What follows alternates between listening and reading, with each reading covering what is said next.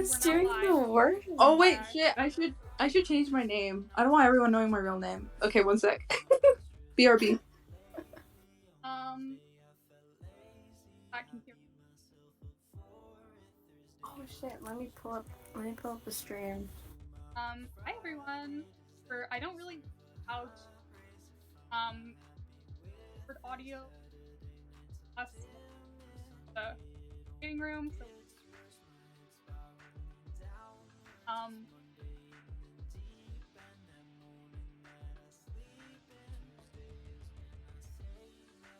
I don't know. Anyone's in chat? I think Maya's in chat. If you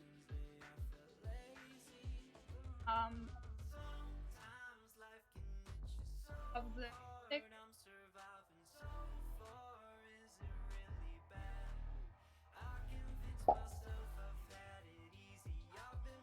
Hello. Let me hold on. Let me try.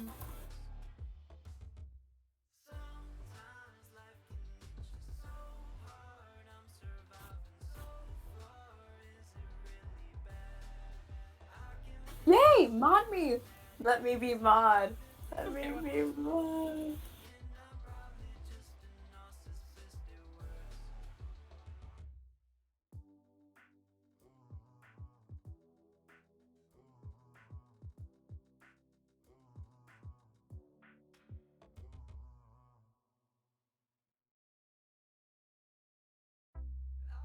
Mike is loud.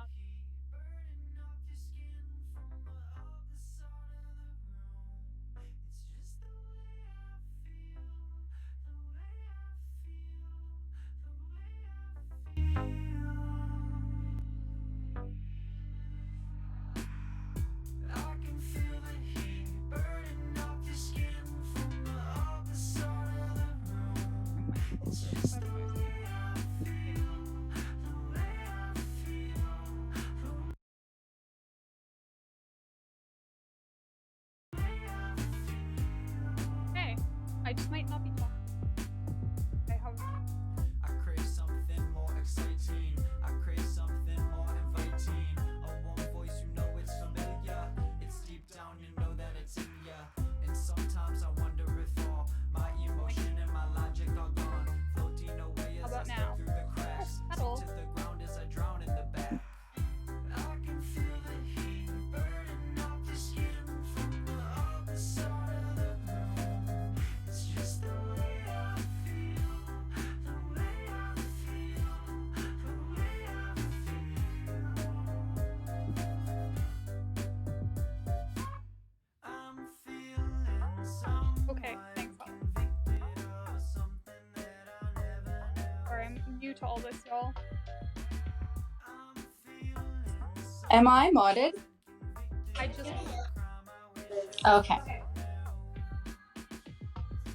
hey. sometimes I think of the letter. We're so loud. Okay. Trying to get everything level.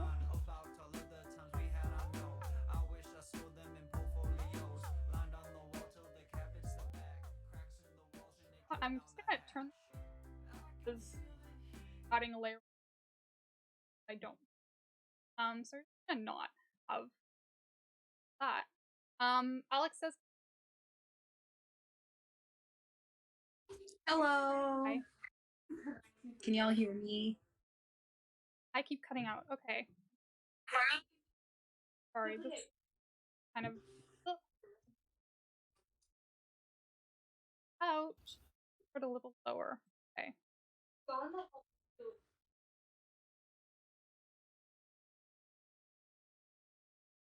Okay. Can y'all hear me right now? Is that okay? Sorry, y'all. We're gonna have this under control soon. And be able to get started. Yeah, that's way better. Okay. I'm actually gonna switch to face cam for this. Oh, which my cam seems to be not working.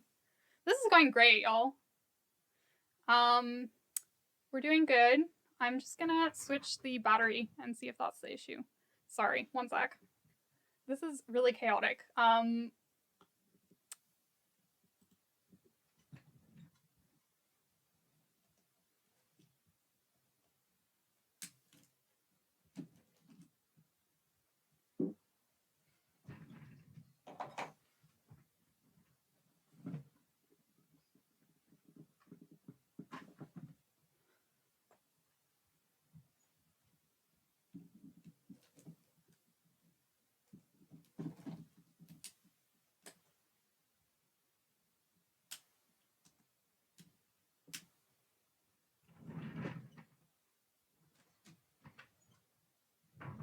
Okay, Unfrozen Emma. Shit. Unfrozen Emma. Oh no. I was muted. Okay. My boyfriend's Um, joining. Yay. This is exciting. Okay, I think everything is kind of fixed. If someone wants to just confirm that y'all can hear us and that's okay, then I think we'll get started. Thanks everyone for being here. This is so exciting. We're gonna do Hasantwt Chadvice, which is basically a ripoff. Thank you, Maya. A ripoff version of Hassan's Chadvice. From Hasantwt to Hasantwt. Thanks, Puddle. So we're going to drag in our first contestant, which is Maya. Maya uses she, her pronouns. So let me just drag her in. All right. Hi, Maya. Oh, Sippy's here too. Perfect. I'm actually just going to one sec. Talking. Hi, Maya. How are you? I'm doing okay. How are you guys? Other than my voice being dead. I'm good for posts, ads. Hi Maya, I cannot figure out the Wordle today, and it's bothering me a lot. I've been trying it all day. I haven't tried it in a couple days. It makes me scared now. Fair. Hi, Maya. Please don't use it for half an hour. Wait, can y'all hear me? What's going on? Yeah, we can hear you, Puddle. Okay. So, Maya, do you want to just a little explanation of why you're here, what you wanted advice on, and then be able to try to give you advice to the best of our abilities and to the best of our knowledge. Awesome, sounds good. So I've been out as trans since August of 2020, and I've been on hormones since November. And one of the biggest things I've struggled with is confidence in being myself. Anytime I think I get it, someone either dead names me or misgenders me, and the confidence plummets.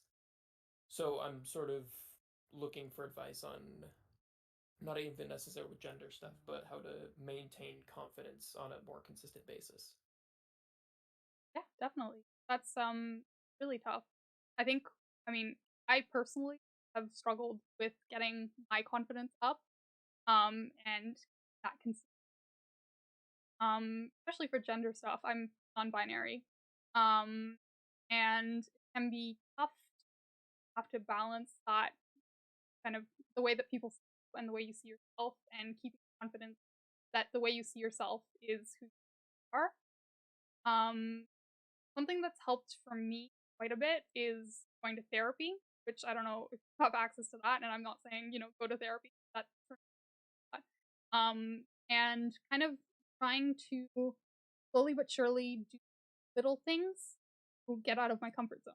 So, for example, I don't usually wear makeup, and it for anxious, so I started slowly wearing mascara, and then wearing eyeshadow, and doing it step by step and taking little steps and little progressions, try to get to whatever goal you're get to.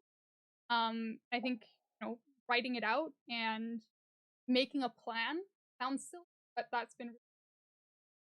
I don't know if any of the other hosts say something. Have any? Oh yeah. One thing I realized was like mostly just stop caring what other people think. It sounds really dumb, I know, and it's like really hard to do, obviously. And I still sometimes care about what other people think, but like I kind of learned it in high school where it was just like things became like so bad that at one point I was just like, okay, well, I'm never gonna be what other people want, so I can just be whatever I want. And that kind of worked. But yeah, definitely like making sure you figure out what you want at that point in time would help you be really confident. And like if you know that you want to like I'm non-binary too, but I'm not like I don't have the same kind of gender dysphoria, so um whatever makes you feel more feminine or more like affirming to your gender, maybe if you do like smaller like the small things and eventually hopefully it works for you. Yeah, that makes a lot of sense, and I get what you're saying about not letting people sort of get to you, and I always feel like I'm doing a really good job of that until I get dead named or misgendered, and then it sort of all builds up Yeah. and No, becomes I a little bit totally get overwhelming. Yeah. totally get how that would be a struggle, but like, I mean, there's nothing we can really do about transphobes on an individual basis, but um, maybe like I don't know if you have access to this, but like queer spaces around you, like in person, not like online. Those have also really helped me. I know Emma has some experience with that. Um, Emma? Yeah, that was really helpful for me. What I did is I joined an environmental group, which tends to be any type of activist space tends to have more queer people, for some reason. Well, because if you get used to having to advocate for yourself and your own rights, then it becomes easier, I guess, to be empathetic of others and their rights and, the environment and things like that. But for me, finding a space with a lot of queer people has helped me a lot with my confidence and with kind of being more who I am. So if you're able to either through activism or I don't know through groups at a school or something like that, or even at work, find more queer friends and be in more queer spaces, then maybe you can have more kind of positive experiences that help weigh out the negative experiences, and also have people who share your experiences. I don't know if that Yeah, I sounds think that's realistic. something I want to try doing more, especially being from LA. I have access to a lot of those resources. It's just reaching out that's Yeah. the hard part. Because even at my college, there is the Pride Center, but I think I'm partially nervous to go and talk to more people there because it's set up through the school and not through by students on an individual basis. Right. Well, I think that's another space where you can take the kind of small steps, and say, okay, well, I'm not going to start by going to one of their meetings, but I'll start by, and this is something that works a lot with anxiety, is I'm going to start by walking by wherever they meet. I'm going to start by going in there when they're not having a meeting, or, I'm giving examples, but start by small steps and try to really work your way up to being able to either go to a meeting if that's what they do or participate in one of their activities, and kind of slowly inch your way into it. It kind of That's always been really helpful for me. Yeah, I think I'm getting on myself a little bit too much by trying to dive right in instead of being patient with myself. Because if I'm not patient with myself, then that'll just make everything a lot harder. Yeah, and being patient with yourself is tough, and it's something that you have to learn, but working on it definitely will help with it, right? And Mhm. focusing some of your energy into trying to take those baby steps will make you feel better and feel like you're accomplishing something, but also help work towards whatever goals you're setting. So Yeah, that makes a yeah, lot of sense. Thank you. welcome. I don't know if Leela, Sivi, you guys had any advice. I talked a lot. I want to give you guys an opportunity as well. I okay, I definitely don't have like personal experience with this, so I understand that it's very like particular to your situation. But I am a firm believer in surrounding yourself around, like putting yourself in an environment that you do feel comfortable in, and also an environment where you see yourself in others, because I think it really helps with confidence, and it really helps with like working on that social skill where the hard part is like not caring what other people think.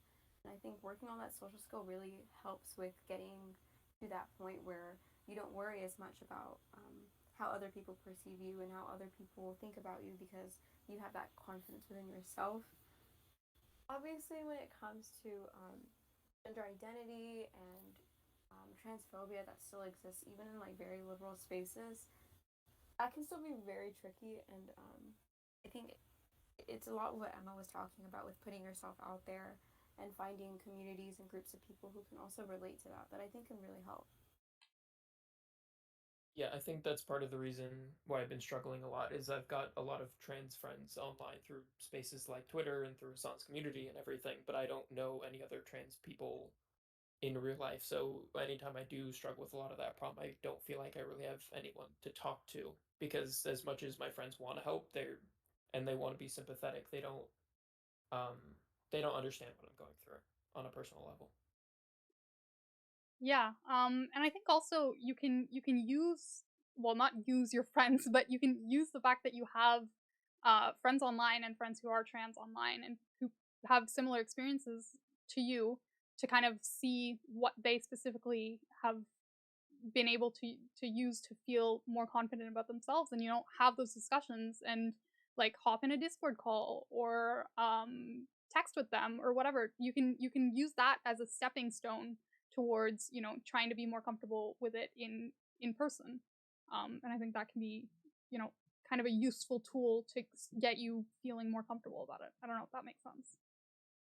Yeah, no, that makes a lot of sense. It's just always reaching out is the hard part with social anxiety, and just the feeling, even though I know they understand because they've probably gone through it as well, that I feel like they don't. It's just the anxiety getting in my own head about things. Yeah. Um, well, I'll quote from my therapist here because I have anxiety as well. And I think, again, the little steps. So it can be, starting by texting someone and then starting by getting in a Discord call with someone or, making those baby steps towards whatever goal you're trying to achieve. Um, I think it's going to be really helpful. And you'll be able to kind of trick your brain into thinking, well, this made me anxious, but then it went well. So I can do the next one and it'll make me feel anxious, and then the more it goes well, the more you're kind of programming your brain into thinking that you can make those bigger steps. Yeah, that makes sense. Just sort of One taking thing it one step at a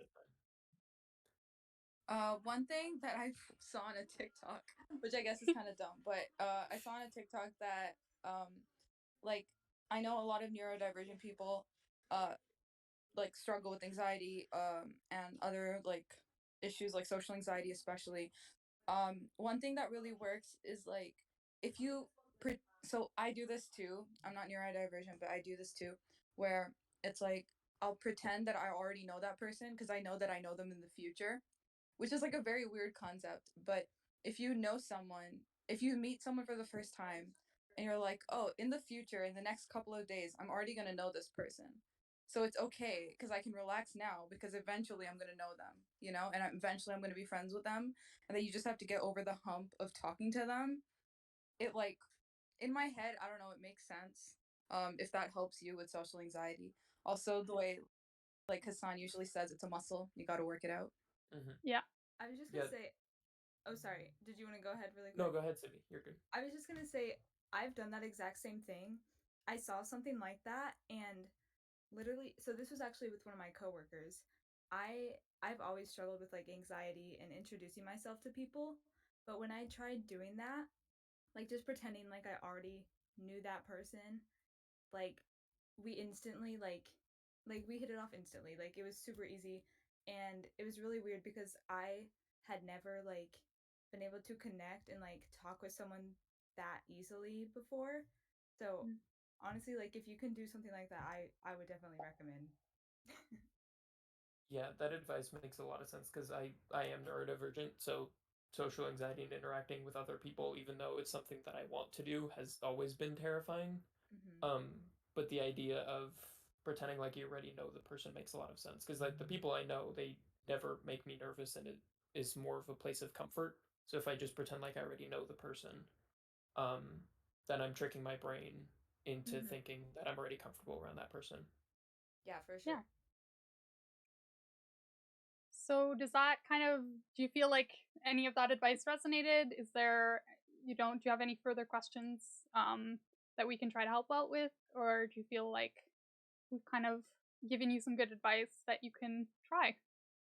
I feel like you guys gave me really good advice in terms of the small steps and reaching out to people, and just the little things that I can work on even on a daily basis. Being back to college in person and meeting new people on a daily basis, little things and taking time with myself is super helpful. Thank you. Well, thanks for coming on, and hope that that advice works and that it helps you in some way. Yeah, thank you for having me. All right, thanks, Maya. Thank you. Bye. Have a good one, guys. You You too. too. All right.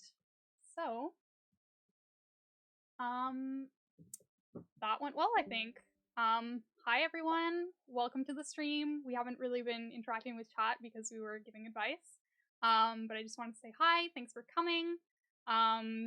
We're doing a Hasantwt version of Chadvice, which is a segment from Hassan's stream that he does once in a while where big chads like us come and give advice. And we're going to try to do our best to help out anyone who applied and try to give what advice would be helpful to us. So thanks everyone for being here. Thanks for being in the chat and for all the follows. Oh my god. I feel like there's a lot of people that I need to mod, but I'm gonna do that later.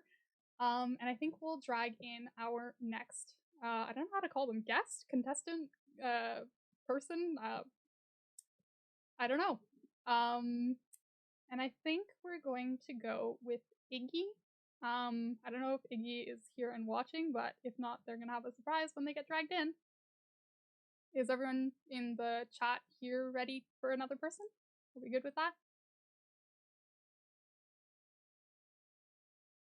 I'm gonna take that as a yes. All right. Hi, Iggy. We just dragged you in. Hope you're having a good day. Hope you're doing okay. Yeah, I'm good, thank you. How are you? Oh my god. I'm you're good. I British. forgot you were Oh, British there for a yeah, second, so sorry. that was a bit of a shock. The British thing. Brit. Yeah. It's a Brit. It's a bruv. Yeah. Oh wait, yeah. what are your pronouns? Sorry, I didn't hear She, that. her, she, her. Okay, perfect. Oh yeah, sorry, I forgot to mention. All right, so Iggy, if you want to just give us a little summary of what you want help with, what you want advice with, then we'll do our best to give it to you.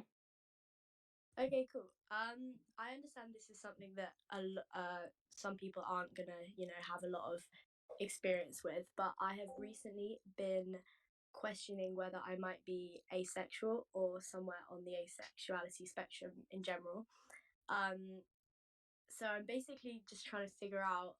I'm having a lot of trouble trying to figure out what's going on there, especially because I don't know if it's a case of me not experiencing any sexual attraction or if I don't want to have sex at all.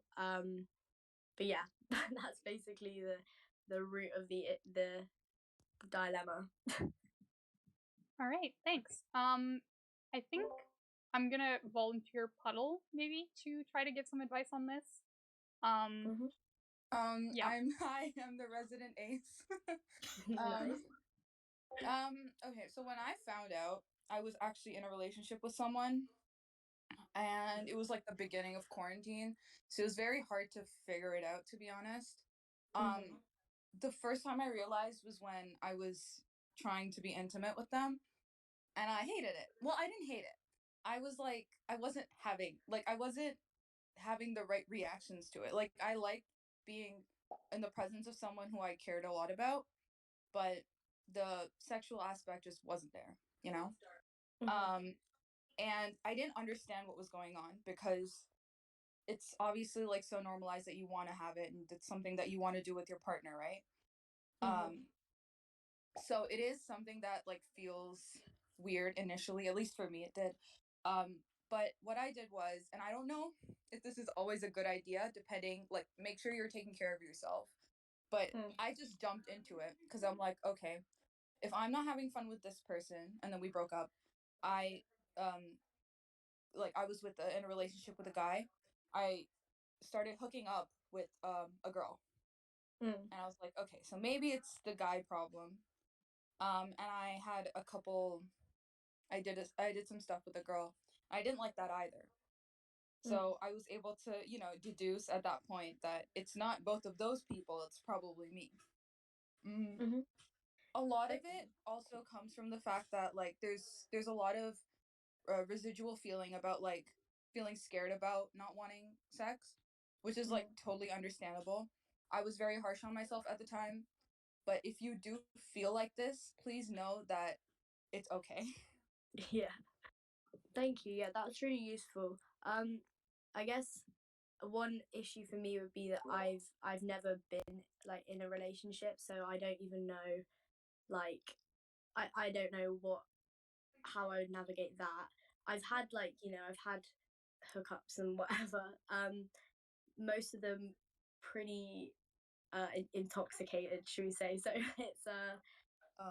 it's the kind of not like a awful amount. I just mean it's difficult for Yeah, me to kind of look like back at and parties really or so. reflect on that. Can I ask how old you are? Yeah, sorry, I'm 18. Okay. Okay, so I guess like obviously it's not like you have time, right? Like especially uni is like a time when people figure stuff like this out. Yeah. So yeah, like I think maybe the hookup thing is what's not maybe working for you. Yes. So maybe it's maybe the relationship thing would work.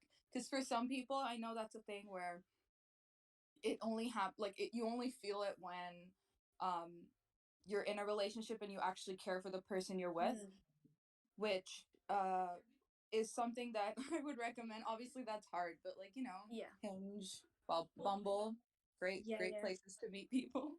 I would highly recommend just experimenting and taking care of yourself, making sure that you're not pushing yourself. And I mean, I'm in a relationship right now. There are people out there who are very nice and very sweet, and they'll be okay if you don't want to have sex. Yeah. Thank you. Yeah, I think that's really useful, because I think that's one of the things I've been thinking about, is that there's a strong chance it's not that I don't want to have sex at all. It's that I may only feel that kind of attraction towards someone who I really care about, and because I haven't been in a situation like that, I haven't sort of like had the chance to figure that part out. But yeah. Definitely I would also recommend queer friends. I recommend queer friends to everyone, but Yes. queer IRL friends, especially queer IRL friends, would really help with finding finding someone who you could be with, because queer people, at least in my experience, I find it easier to trust them, and I find it easier for them to understand what asexuality is, rather than explaining it to, you know, a Yeah. straight cis man. It's, you know, it doesn't always work out. Yeah.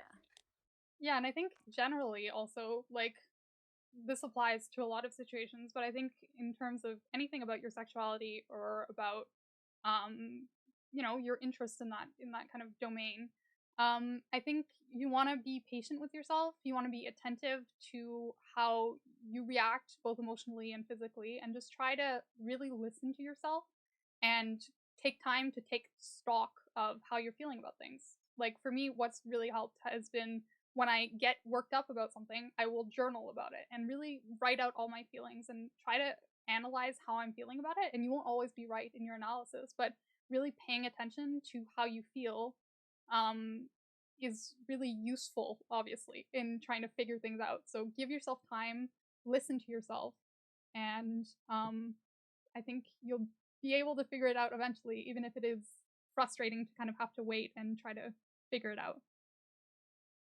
But, yeah. Thank you. Yeah, I think there's kind of feels like a pressure to figure it out, and obviously like labels aren't all important and stuff, and I'm not like desperate to know just so I can like put a label on it, but it's, you know, I that comfort would be, it would be nice to kind of know, because it's like, yeah, you know what I mean. yeah, I mean, I'm bi, and it took me a while to kind of figure that out and to figure out that label fit for me. And I think, something that I've been reflecting on recently is that if you give things time, decisions make themselves a lot of the time. So if you're patient with yourself and you're patient with whatever you're dealing with, a lot of the time that the answer kind of ends up coming to you. Which is not always what you want to hear, but I think it's been really useful advice for me. Okay, yeah, I think you're right. I think I need to like be patient and just let time figure it out. Yeah, and I mean, you're 18. Like, I'm saying you're Yeah. 18 as if you're super young. I'm 20, but like, we still have a lot of our lives in front of us, and figuring this out at 18 or 19 or 20 or 25, that's okay. It takes time to get to know yourself, and that's all right. Yeah, I think that's definitely true. Yeah. Yeah. So I don't know if anyone else had any other advice on the kind of panel that we have here.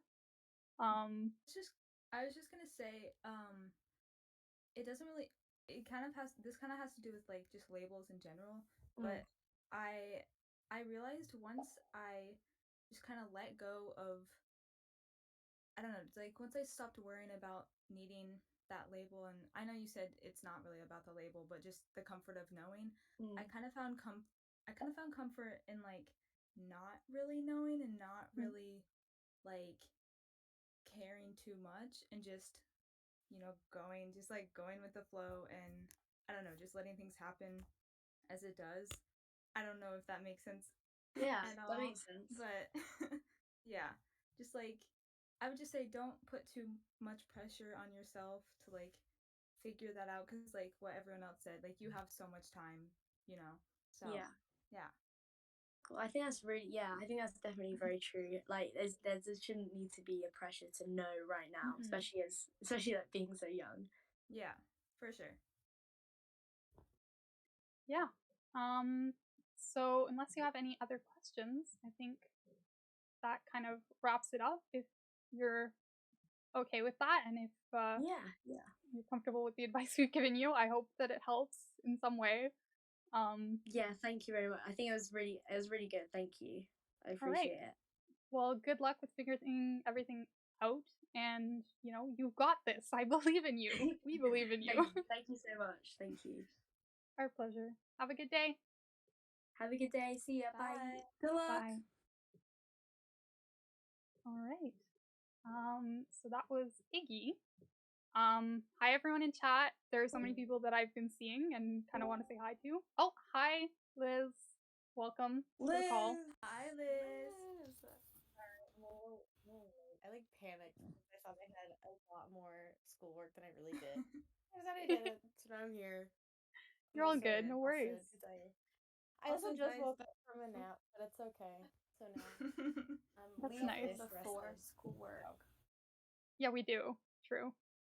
Also, before we drag the next person in, does my mic sound okay? Because I was trying to set it up before, and I couldn't really tell. No, you sound great. Okay, cool. Yeah. Oh, they're saying raise mine. Hold on, it might be on my end. Let me see. I can just raise you. Mine is good. Okay, Thanks, cool. Fizz. Oh, you're at 100% for me. Which I suppose is kind of normal. Maybe if you know where your mic is, be closer to it. Yeah. I don't know. I feel like usually I can turn people up more, but I'm kind of a noob at Discord. Sorry. I don't know how any of this works. I'm 5 in. Petek, if you want to join, you're allowed to. Like, we're not going to kick you out. No pressure though. I think I saw some other people in chat who wanted to give advice. So if y'all want to give advice, just stay in chat and we can add you to the call. There's no stress. So, yeah, are we ready to kind of grab the next person and bring them in? Yes. I'm good. Yeah. All right.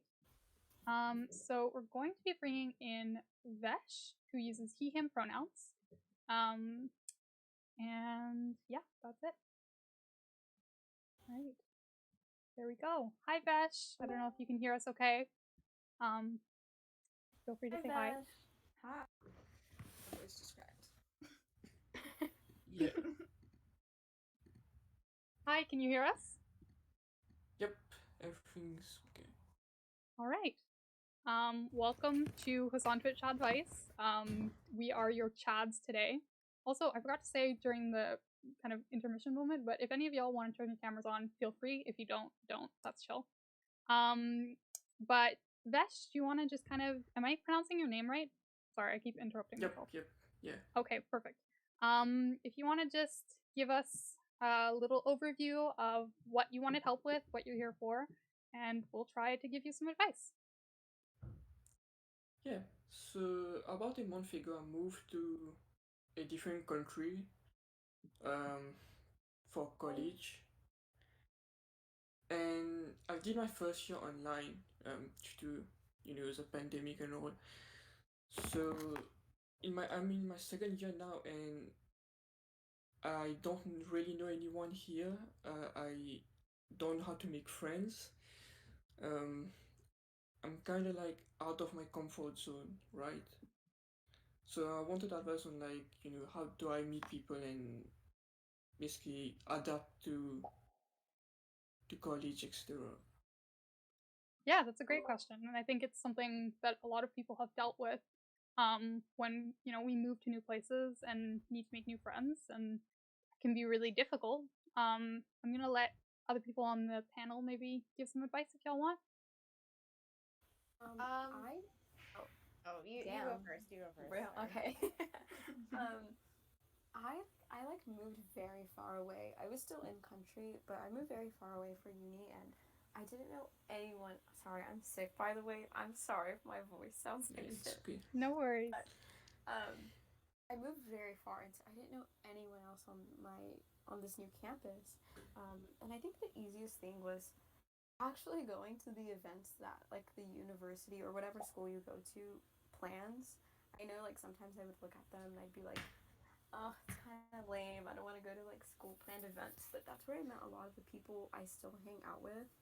Um, Especially if it's like a college town, there's probably like independent from the school communities that meet up. Um, a lot of times they're like probably centered around some sort of like initiative, um, like environmental groups or activist groups, social justice groups. And it doesn't even have to be that. It could be art based, it could be anything, even sports. And I find going to those are always good. Social media is also, I think, a really good source for finding people who go to the school and like connecting with them and planning to go like hang out with them. I think always helps. Um, I don't know. I think that's where I would start. I would start with like actually going to places, especially with in person, like coming back um, from being online for so long. I think a lot of people are eager to go meet new people and are eager to hang out in person. Obviously, if it's safe to do so. So I feel like it would be really helpful to do that. Yeah, the thing is, I'm kind of like nervous to go alone to like an event because I don't really know anyone there. So Um, there's that. can I I think. ask Oh, yeah. which country maybe? If you're okay with Canada. sharing that information. Okay. So here in Canada, not a lot of places have opened up from my Yeah, experience. Like a lot of the like from my uni, like I've spoken to a couple of friends in America and they have a lot of events and stuff going on. Here in my university and my friends who go here, their universities, not a lot of stuff is opened up. So I totally understand not having anywhere to go or even like the clubs and stuff are kind of not great because they're like a lot of them are online and it's pretty lonely here like even on yep, campus. So I totally understand that because I faced the same issue because I was like I don't know where the events are here, especially in my university. So I ended up making friends in uni in my classes. So I have like two in-person classes right now even after like everything's pretty much opened up.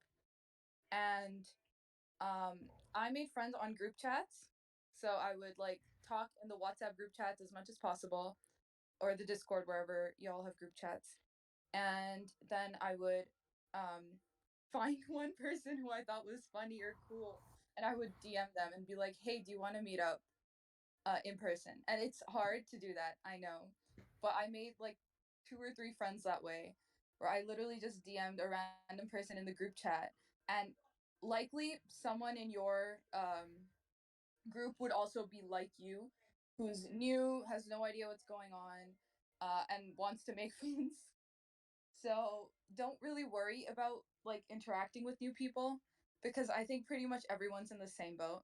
I'm a first year, so my situation was a little different, but I'm sure for second year kids, like because the whole first year was in the pandemic, it's pretty much the same thing. Yeah, and I yeah. think.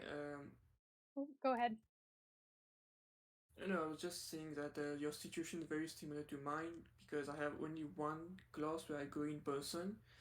But yeah, next time I think I'll try to call to talk to one of my classmates. Yeah, Yeah, and the no, other thing 100%. is you can use, if you're having classes online, if they're like if they're live, I've literally DM'd people in the Zoom like chats. They're usually private chats. And I'll just be like, hey, sorry, this is random. Did you understand this thing? I didn't understand what the teacher said. Or just like reach out for something and try to keep that conversation going. That can just be a quick practice. And again, like taking small steps of talking to someone in the Zoom chat or trying to join a group. You know, I know that a lot of in Canada, at least when I was studying, there were a lot of like Facebook groups for different interests and things related to the university, and I would join that and try to find someone who looked cool and interact with them. And I think, you know, just taking those baby steps and starting online, which is a place where you might be more comfortable, can kind of give you confidence to move on to talking to people in class, in person, and in asking them to hang out. I don't know if that makes sense. Yeah, Also, like, yeah, that does make sense. Yeah, thank you. If you're in Toronto, I mean, I'm there to hang out. Okay, well, to add on to that, Let's all and dox be ourselves. like, hey, be friends with me. Yeah, I haven't really explored the place, so I mean, I guess Oh, you guys yeah. could show me. Yeah, no, 100%. Like, if you're in, I'm sure you'll find like people in your group chats and like surrounding areas. It's like I came as a new student too because I wasn't in the country for a while, so it was pretty hard to meet new people, but like you just gotta talk to random people, and everyone in uni kind of just wants to make friends. Not gonna lie. Yeah, I definitely say that everybody's kind of in the same boat, especially like kind of freshman sophomore year. Everyone is literally like, I don't have any friends. Like, what is going on? And if they tell you otherwise, they're probably lying because like when I was a freshman in college, I was definitely like I knew zero people going into it. Like I was in a completely different area, and so a lot of kind of like I said, or other, I don't remember who said it, but yeah, one of the best places is in your classes, is making friends with people in there, especially in your major too, or depending on like certain colleges don't have like majors, but in your whatever your field of study is, like definitely look into like, what sort of organizations there are, because like my first 2 years I was studying chemistry, so I went to a bunch of different like chemistry events, and there were different like clubs and organizations that were in like kind of the STEM field, and so I met a ton of people through like specific like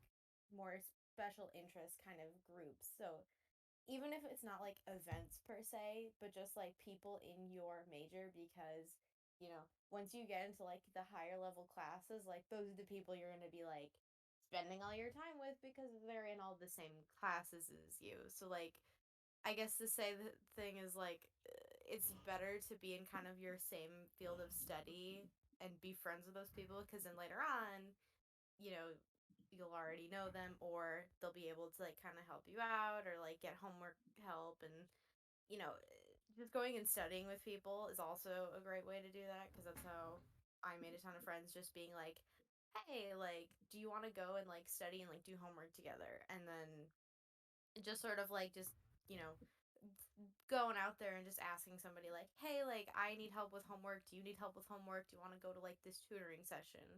Because a lot of tutoring sessions, whether or not they're in person or online, it's still a really good way, because not only are you getting help, you're also being around people that are, that are in your same area of study, and also, just kind of in the same boat of like, hey, like, I'm studying this, and everyone, trust me, everybody wants to make friends in college, so admitting that is not, there's nothing wrong with that. So but Yeah. trust me, there's a Yeah, million that's different ways to make friends in college. Another quick thing is like I think making friends in classrooms is like a great way to meet people, but I think taking that a step further is like just asking people like, oh, like, what are you up to on the weekend? Like, what are you doing tonight? Because they'll, sorry if that's my fingers, because they're more than likely gonna like invite you or be like, oh, like, do you want to tag along? So I think like making an effort to consistently like see people that you genuinely enjoy hanging out with is also a great way to solidify those like acquaintances that you see in your class. Or I guess okay. I'm sorry, I did not know you guys were online. I'm fully in person, so I'm sure it's a very different experience. But yeah. Yeah, yeah. Thank you. That actually makes me feel better. Yeah. I'm glad. Yeah, I think just take every opportunity that you can to interact with people, and eventually you'll find people that you find cool, find people that you like, and you'll, get better at building those relationships and, working on that muscle of talking to people and making friends. And, don't be shy to, if you're doing, I don't know, a group project or you're working with someone in class or you're put into a breakout room with someone, don't be shy to like find them on Instagram and reach out and DM them or get their coordinates and just like try to interact with them if you find them interesting. Would be my advice. Yeah, yeah. I'll definitely try this. Thank you, guys. Thank you for coming on, and I Yep. hope you have a good rest of your day and that some of this works out for you. All right. Thank you. Have a nice day. All right, bye. All right. Short intermission. Vote for Frogan and Hassan on the Yes. Streamer Awards. Let me just. Frogan. Real. Oh my god. Also, why? Yeah, let's. Okay, if one more person says I sound like Casey Tron, I think I'm gonna scream. I'm sorry. Okay. I just read Wasted College. Yours like college, and I'm like, wow, that's cool. You sound like my Sorry. favorite podcast host, other than like Hassan and Will. There's a podcast very No, niche. Maya, you were fine. It's called You Season didn't of the sound so Bitch. romantic. Check out Oh. Season of the Bitch, y'all. It's great. They have I'll write amazing that hosts. Okay, good to know. Sorry, my little promo. So our promo is check out Season of the Bitch. They're hilarious. And vote Frogan at the Streamer Awards. I have a. Let me just type it in chat. And Yeah. Hassan, don't let Misfit win just chatting. You're right. I have a command in chat. If you type !streamer awards, because I'm a streamer and I have commands in my chat. Ooh. You will get So the link fancy. to be able to go vote for Frogan for Rising Star and Hassan for Best Just Chatting Streamer. So y'all should do that right now. Yeah, do that. And do it from all of your Gmails, because I know y'all have like that one third grade Gmail account. Yeah, exactly. This Use is your every email opportunity account you to have. remember your password from 14 years ago. Yes. And yeah. All right. So I think we're ready to drag our next person in. Let me just make sure I have the right pronouns for them. One moment. Sorry, I have the forms open on another. Okay, so we have Sage, who uses she, her pronouns, and we're gonna drag her into the call. Hi, Sage. Welcome to the call. Hi, Sage. Hi. Hello. You're muted. Can you hear me? We can hear you now. Okay, Yeah, you're perfect. good. Yeah. Okay. Hi, welcome. If you want to just give us a little bit of an overview of why you're here, what you want help with, what's going on, and then we'll try to give the best advice that we can. Okay. So I need Chadvice because there's this guy that is in my economics class, and he's pretty cute and he's really nice. But the thing is that like we have like an essay to do, and he was Okay. like hard defending capitalism. But I kind of like him. But I was like, is it worth like trying to radicalize him if he's like such a hard like capitalism defender? Like he absolutely loves it. Oh It's dear. like, I don't know if it's worth it, you know? That's a tough one. Someone in chat said Sage can fix him. That's very funny. That's so true. That's what I'm trying to do. I mean, I think it's always worth trying to radicalize someone. I'm saying this as an activist. I think it's always worth, you know, questioning their beliefs and, you know, sending them sources and getting them to come to protests and talk to other people and, you know, try to Yeah. get someone to have more empathetic worldviews and realize that their worldview isn't necessarily as empathetic as they might think it is. Um, I think it's See, worse. I tried. Sorry. Yeah. I No, go ahead. tried to talk to him. I tried to talk to him, and I was like telling him like white communism. I mean, oh my god, white capitalism is like so terrible, you know. And he just like wasn't having it. He wasn't listening, and he just thought that I was like dumb. So I mean, my I favorite have thing to do. Oh, um sorry. Go ahead. I have a family full of capitalists and conservatives. So what I usually do is I humor them and I let them like say whatever's on their mind. And then like I pick one, like I try and pick apart their uh I try and pick apart their argument in like a oh, I'm just curious kind of way, you know? yeah, I love doing it because it irritates them, but you're calm. I don't know if you want to take that approach with someone you like, but because I don't know if they'll if they'll make things worse, but um yeah, that usually works because it helps them, it forces them to like unravel their own opinion and like actually understand mhm. why they believe what they believe. So you're not the bad guy, you're just the one asking questions, you know what I mean? That's so true. Yeah, and I think It works with my parents to the point where they don't want to talk to me about this stuff anymore. But see, So like that's what I tried not to do. I want him to talk about it, you know. yeah. But it's like I So don't want him to. I hope this works. Or just be like, don't like ever talk to him about it, and then like once in a while, just be like, oh my god, have you seen this one? Like, I don't know if he's queer or not, but just be like, oh my god, there's this one really hot guy on Twitch. Have you like seen his videos? And then just like Oh my direct him god. to his son.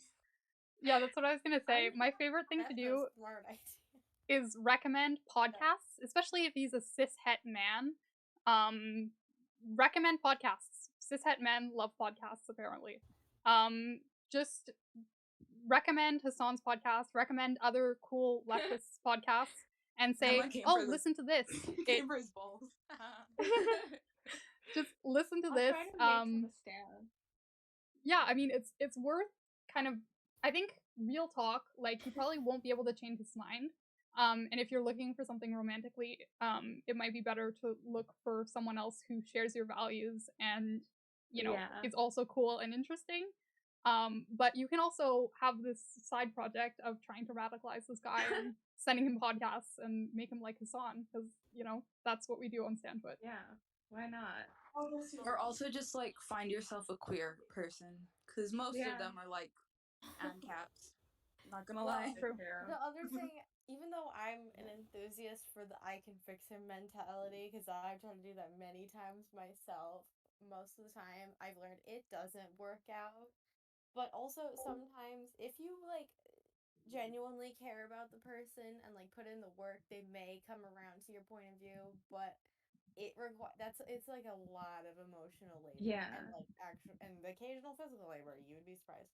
But anyways, And that's why I it's was wondering. so like yeah, because the thing is, it's like it's about how much work you're willing to put into a relationship that it's likely that the other person probably won't put either maybe not care, but they won't put in as much like kind of effort if you really think about it because like not only would you be trying to like put effort into pursuing a relationship, you'd also be trying to show this person like, hey, you're like the way you kind of see this is wrong because xyz reasons like capitalism is bad and all these other things. It's just Hmm. like it's like extra work on top of that. And like I think there's some people that are really like willing to do that. Like I was at one point. Now I just don't really care. But other people And are that's meant to like, be like they care about that enough to do it in their own like individual relationships. And that's great. But if you want to do that, awesome. But if not, like don't put in more work into a relationship if you aren't gonna if you can't see the end of it or you can't really see an outcome where you're gonna be like happier about it and say, hey, I'm satisfied with the relationship I have with this person, because I showed them, you know, a better point of view. So it really Yeah. just depends on, like, you know, if you want to cut your losses or put in the effort to, you know, pursue this relationship. So it's kind of just like a, you know, see how much work it's going to take now sort of issue. Also, sorry. Also, like, I think if you agree with capitalism, I don't know how much they understand about it, because you need to make sure that they're not just coming from it from a place of that's true. ignorance. No, yeah, they're definitely like the type of person to be like, socialism is like when no money. And I'm trying Oh to be yeah, like, so they're just coming at it from like an ignorant place. But I think yeah. the thing that works is really like you're always, I guess, like personally, I'm always looking for someone with empathy, and Yeah. the person I'm with doesn't really know much about politics. So whenever I do talk about it, like if like it's a way for me to gauge like empathy, you know. It's like how much do you care about, you know, like other living beings. And the person I'm with doesn't really know much about politics, so it's like an easier conversation when it's like, okay, well, you can see their morals.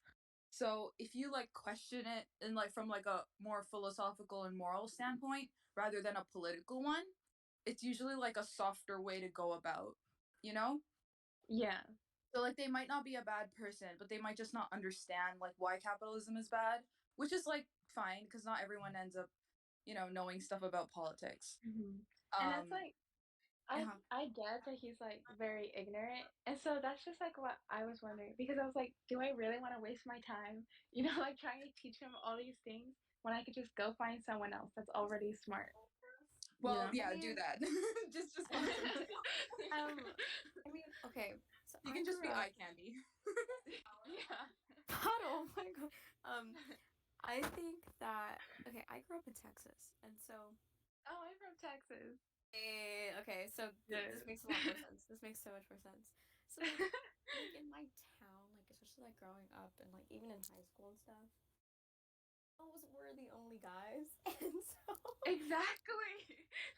there's not much room to work with. Um, I do believe that like sometimes, especially like in Hassan's community or even on like Twitter, we get this idea of like we are constantly engaging in something political, even when we're not talking about politics directly, and so we get Yeah. kind of in our own bubble about how much we gauge moral and politics together. That especially growing up in Texas, you don't get that kind of knowledge, and so I think even if it doesn't go a romantic route, it doesn't hurt to continue being someone in this person's life that challenges their beliefs and forces them to question these things.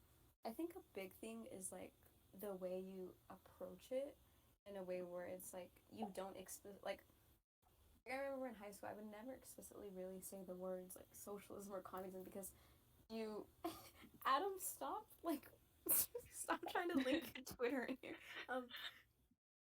I wouldn't explicitly say like communism or socialism just because I could tell that like the minute you say words like that, their brain kind of shuts off from it. They kind of No, like are like literally.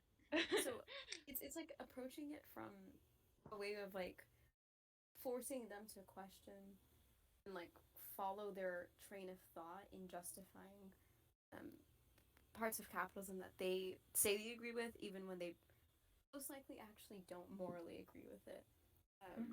And I mean, if they're cute, it doesn't hurt to just have like a cute boy in your class that makes the class more bearable, I feel like. That's so True. true. Also, Barada, I don't know if I'm pronouncing that right, just dropped something really good in the chat, which I think we've kind of said, but going into relationships to fix someone never ends well, and I think I kind of agree with that. Like you can try to Oh yeah.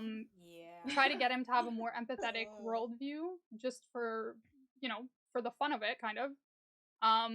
But trying to basing the fact that you want to date him or have some sort of relationship with him on the fact that he has to change for you might not work out too great. That's so true. That's very true. That's like you should Yeah. also like a big thing is also saying like if this is like the third, fourth conversation and he is giving nothing and he's almost being disrespectful to how much effort you're putting into like, and you can tell that he's really not accepting how much effort you're trying to put into even just like ideological wise. I don't know if I said that right. Then I think you should like let that part go because that's not fair to you, and it's much worth your time to be with someone who appreciates conversations that you're passionate about, and so that's what I think. Yeah, I'd have to agree with that. I've kind of dealt with that situation where like I tried to fix someone and I don't know, it doesn't end well. Like I was able to have like a friendship with that person, but that's like as far as I could actually take it because I don't know. I feel like it's so much easier to be in a relationship with someone who already shares like similar values. So Yeah, I get what you guys mean. And you know what? You're right. I should. Of course we're right. We're Chads giving advice. Chadvice. Like, of course our advice is fantastic. That's true. The most Chad alpha is chads. Hasantwt. Alpha So Sigma true. chads ever. Yeah. Of course. Yeah, Um, thank you.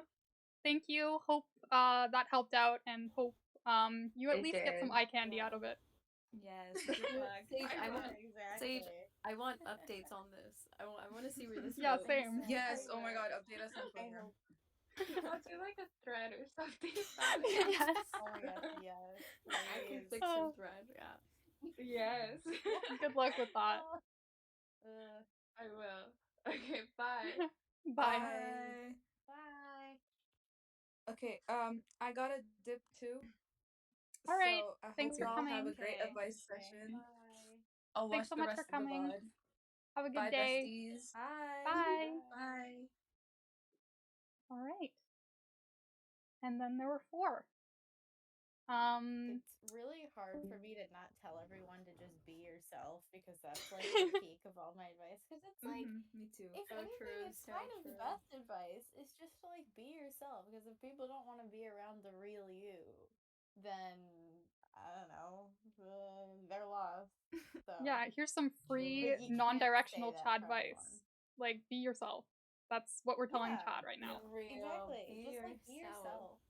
You know, be yourself. Be a monster. Like, you know, Monster High motto is kind of the peak, you know, life advice. So, anyways, Also, I'm not I'm gonna just say gonna the exact thing.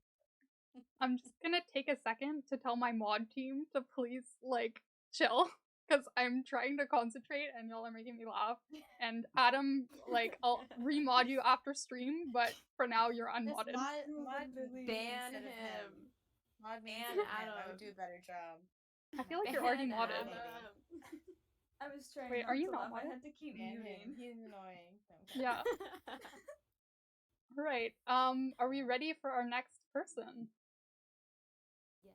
Yeah. All right. So we're gonna have Arrow, who uses they them pronouns, come into the stream. Hi, Arrow. Oh, that Hey, kind of was Arrow. delayed. Hi, Arrow. Hope you're doing okay. I am, thank you. All right. If you want to just kind of explain to us what's going on, what you need help with, and then, as with all of the other ones, we're gonna try to give the best advice we can. Okay, so this is kind of a long, like, explanation probably, but basically, there's this girl that I have like 4 classes with only, and I really like her, but like, I don't know what to do, basically. It's like, I had to do a task with her once, so I have her number. But the problem is, now I don't have a phone because my phone broke. And I can't really do anything, and I don't know how to like go about anything because this is like my first time trying to do anything. I've never been in a relationship or anything. And like, Are you in person, online? What's school like? Okay. Is having 4 classes with this person a lot? Because to me that sounds like a lot. Like, what do you like? Do you feel like you see them a lot throughout your week? throughout the week, like not really, cause like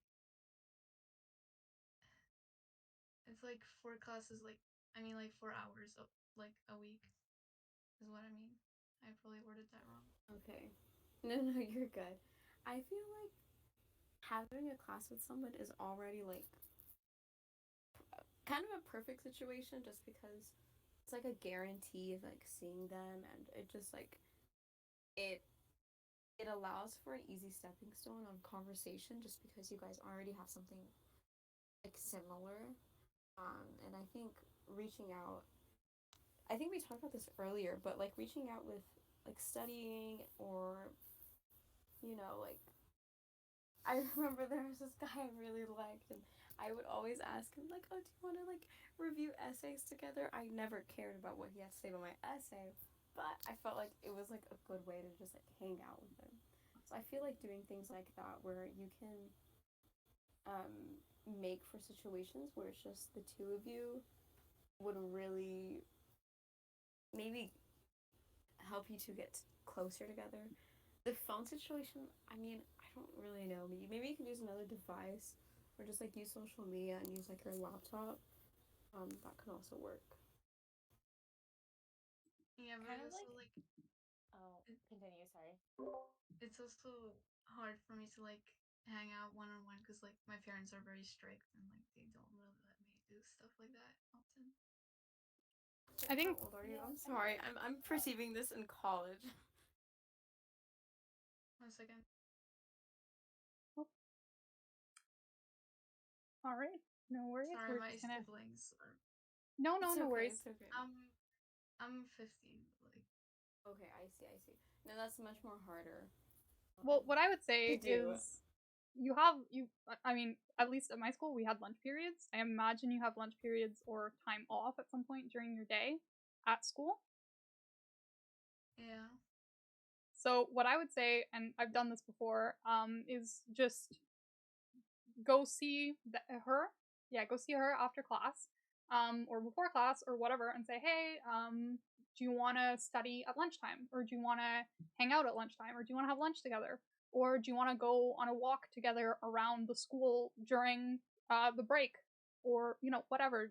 Just make up an excuse to spend time with them at school, and then you can get to know her better and see how it progresses, see how your feelings change, and see how she reacts to you and if she seems interested, and kind of take it from there to either get in contact over social media or hang out at school on the weekend or something like that. But you can start by just spending time with them at school or between classes, and like that can be a good way to start getting to know her more.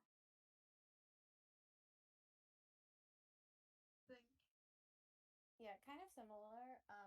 If there's any sort of like, during school things, like if you're in classes together, if there's any like, I guess sort of like, or like tutoring opportunities or things like that. I know like in high school, like my school had a ton of like after school like tutoring programs and things that weren't just like, oh, like you're doing poorly in the class. It was just sort of like if you need help on your homework and things like that, people would go, and I would like, get a couple friends and we would go and do that. So if like if there's anything sort of in that structure at your school, like that might be something good to do, just to be like, hey, like if you want to go and like just get homework help or help each other with, assignments, even if it's just not actually to help each other with assignments, and just like to spend time with each other. But if you say like you're doing schoolwork, most parents will be like, oh, that's fine.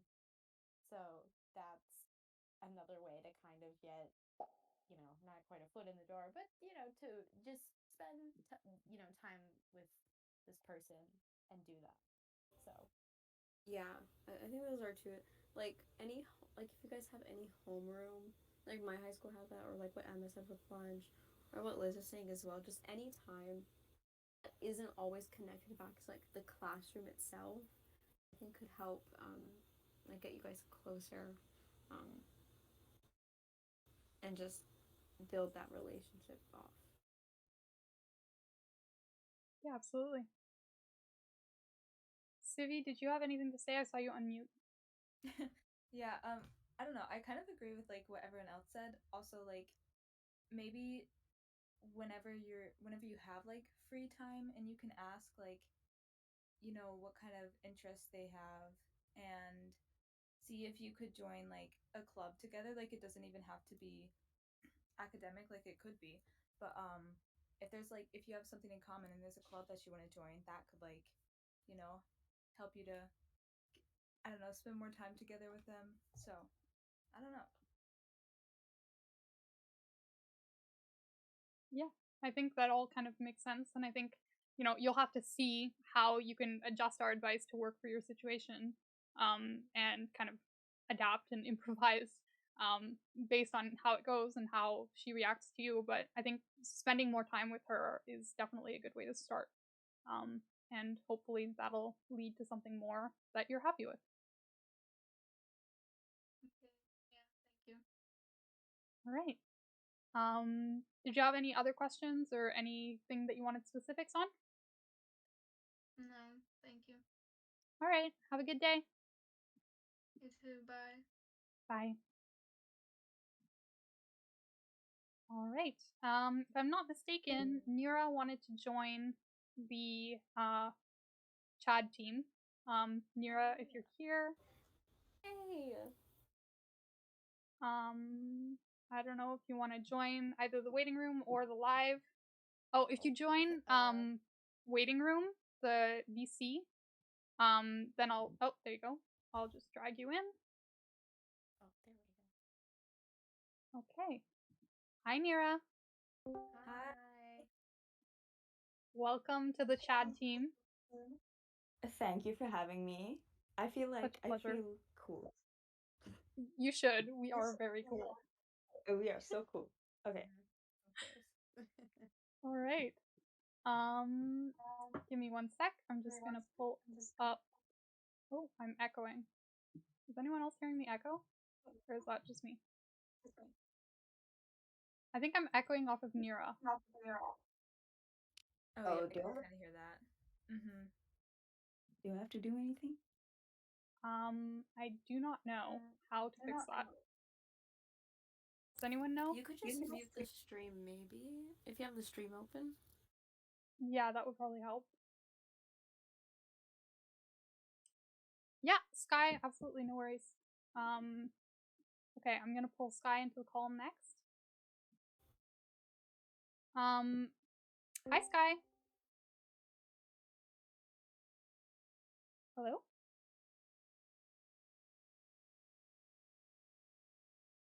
Sky, if you're talking, we can't hear you. I don't know if you have push to talk activated or something like that, but we can't hear you for the moment. Sometimes I had this issue where I would unmute, but I had to press a specific button to talk. I don't know if that's the thing here. Sorry, I'm not very good at Discord. Does anyone have any ideas? Also sometimes if you go to your user settings under voice and video, you might have like the wrong input device in. Yeah. That might be it.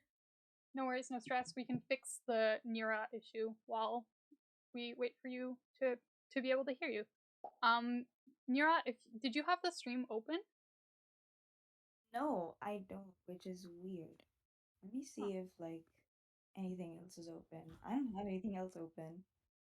That's weird. Are you using headphones? No, should I?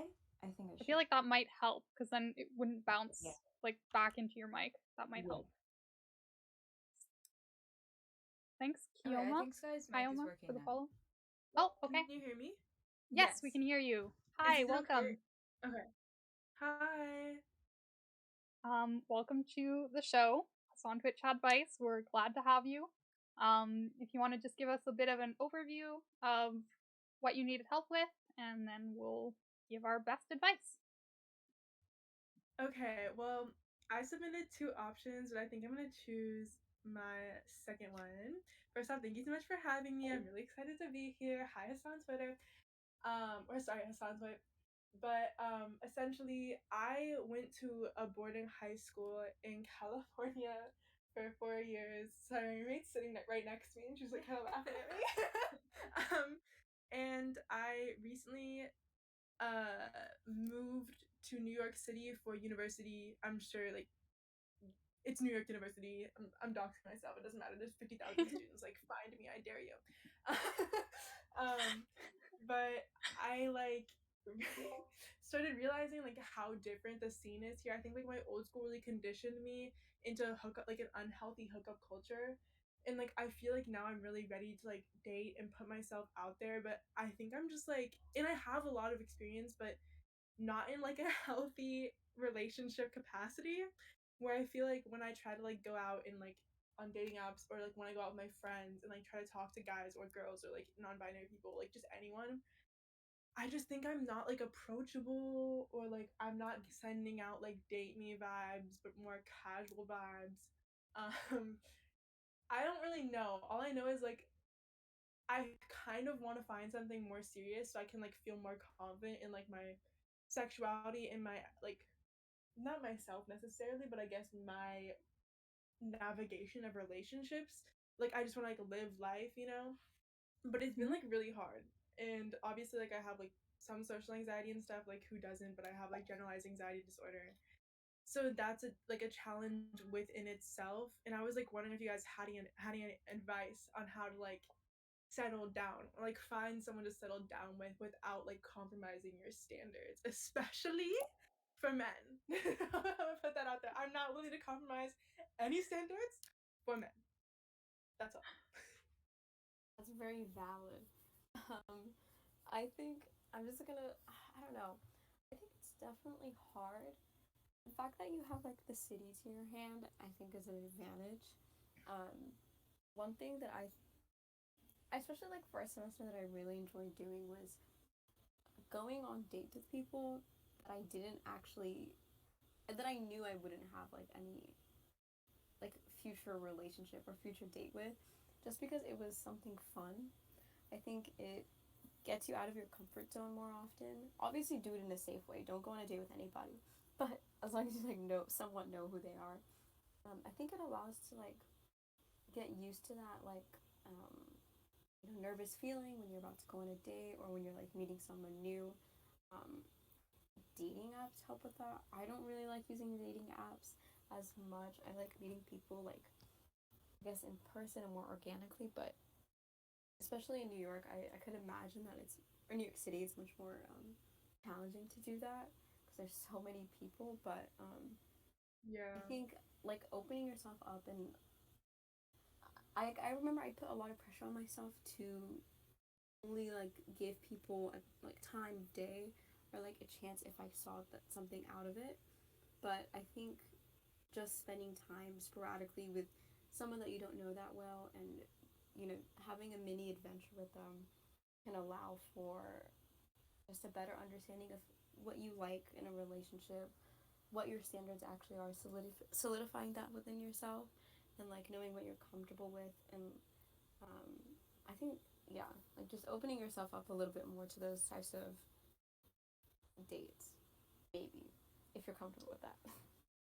Yeah, I was about to say kind of something like similar, but also like not just getting out of your comfort zone, but like I guess on the other hand, like kind of staying within like people that you're friends with. I mean, obviously not like dating your friends per se, but like making friends with people and then sort of having like having a baseline relationship of just being friends more often. You're going to like want to be in more of like a long-term relationship with someone just because it's like you kind of know this person already from just having a sort of baseline. Like you don't have to get to know them to be in a relationship, because you already know them.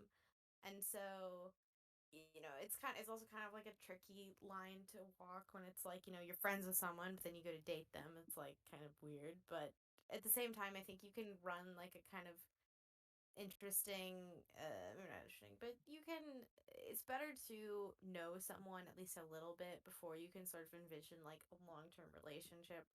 And then kind of with like standards and stuff like that is sort of it has to, I don't know, not that it has to do with knowing yourself, but I have these weird, like, not deal breakers, but I have these weird things that I'm like, if this person that I was going to date, if they didn't have, like, a small handful of qualities, like, I just know it's not going to work out in the long run. Like, they're really dumb things, but you just kind of know. Like, one of mine is, like, they won't give me like the pickle with their sandwich that comes with it because I love pickles and I always ask people like, can I have the pickle from your sandwich? And I do this with all my friends. And that's why our friendship like works, is because it's like not just because of the pickle, but the pickle is like symbolic of, how like some friendships are like a give and a take. And for me, like the pickle is a symbol of like that's something I love and I care about.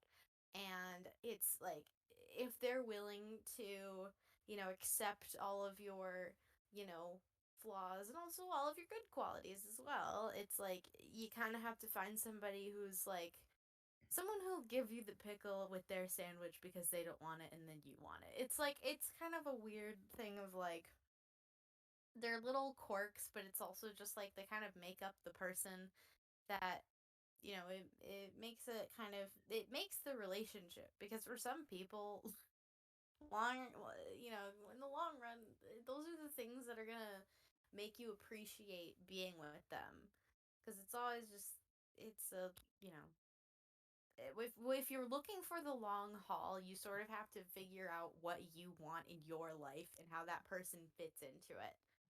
So Yeah, that's the that was long spiel of like find your symbolic pickle. Someone just said that in the chat. It just made me that's laugh. really cute.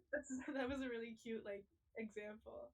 And I like I guess that gives me like a new perspective on things because like I don't know why, but I've been like I think a lot of people in the science community, especially I identify as queer, and I don't really identify as a girl. I'm kind of like exploring that right now, but for some reason I really want a boyfriend right now, and it's like it's harder than you would think to meet friends in the city, especially at NYU, because it's not like a regular college. Like you just like all of a sudden are in an apartment in the city, and no one in your classes really like talks to anyone that much. Like you're all just minding your damn business. Like the kind of like I'm walking here thing. Like it's very true.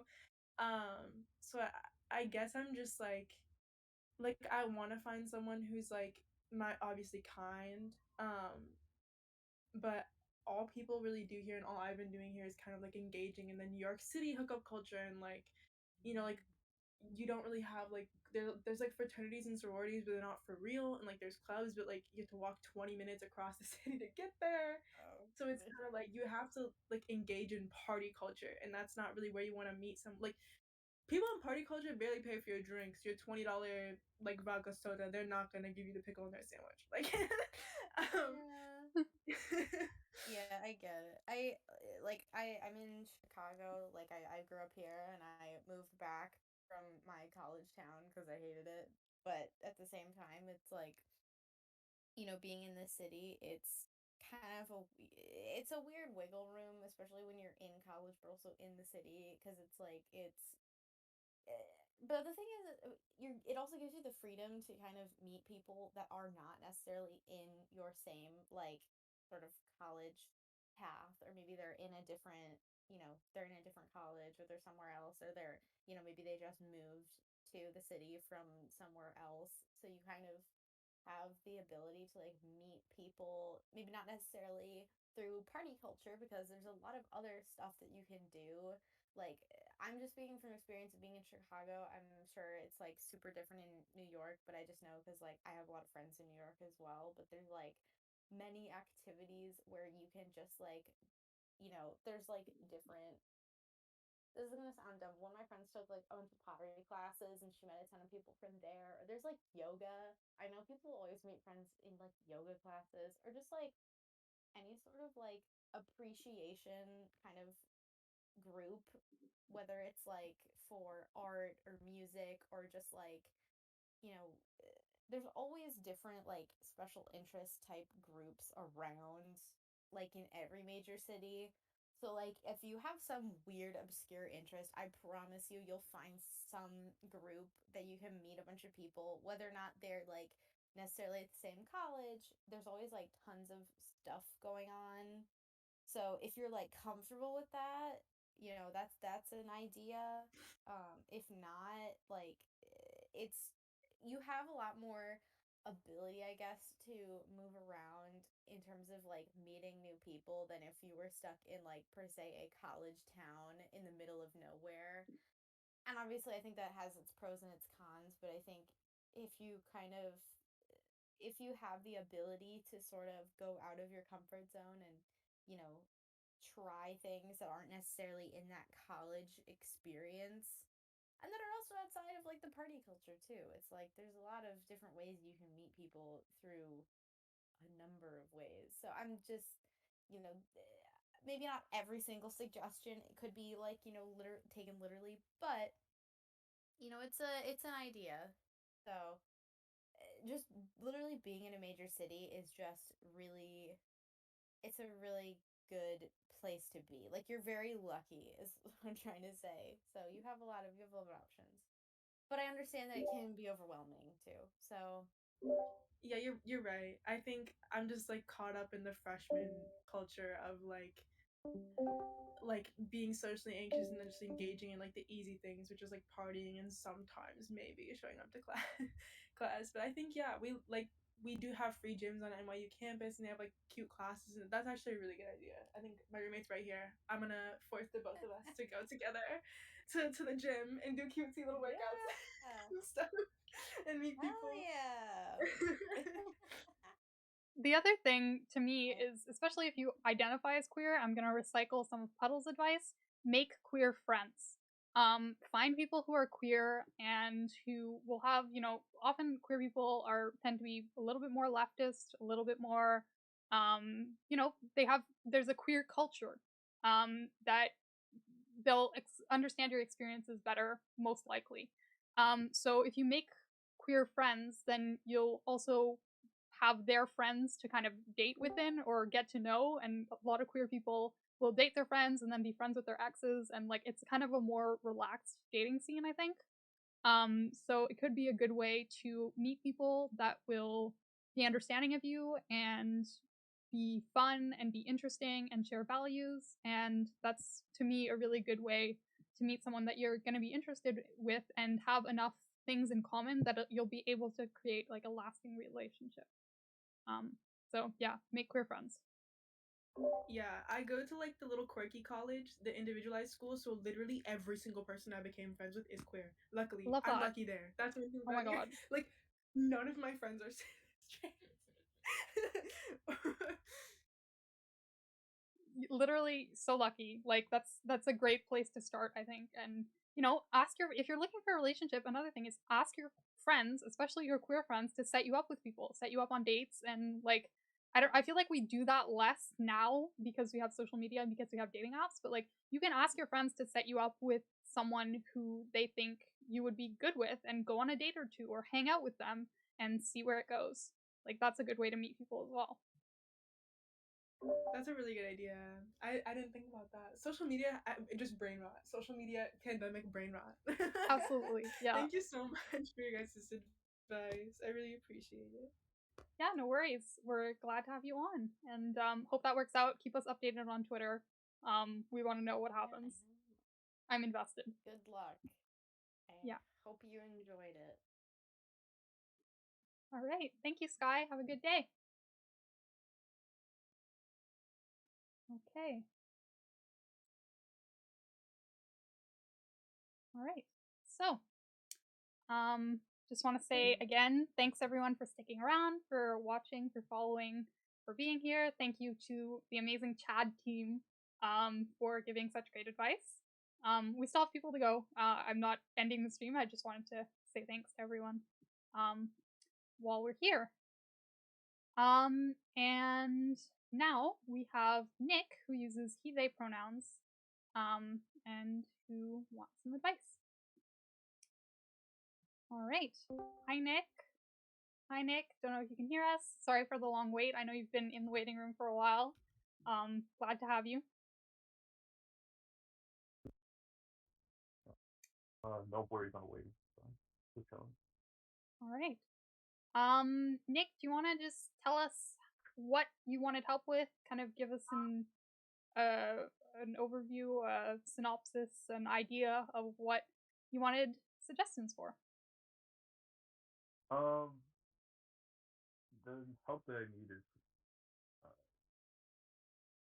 I'm like new into the dating space, and I'm just trying to like look for new experiences, I guess.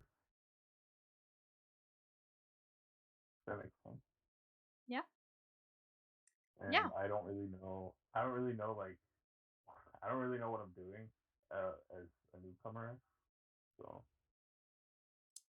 Well, I think first things first, keep in mind that everyone has been there. Everyone who's dated anyone is either there currently or has been there. So, I find that reassuring to know that everyone has had at some point has had no experience, and that's okay, and that's kind of a part of life. And, I think there are different ways to meet people and different ways to kind of get into the dating scene, and it also depends kind of if you want to be more in the dating long-term scene or in kind of a hookup scene, whichever you prefer. I think, I don't know, there are good ways to meet people either, I don't know if you're in school, but through school, through work. Dating apps can help a lot.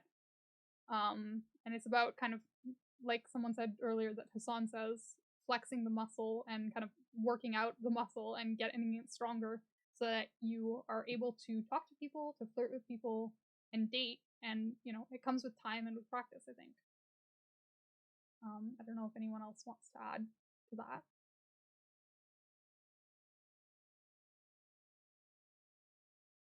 I just want to add, like, is this through dating apps? Like, are you on dating apps? yeah, I just started like a week or two ago, something like that.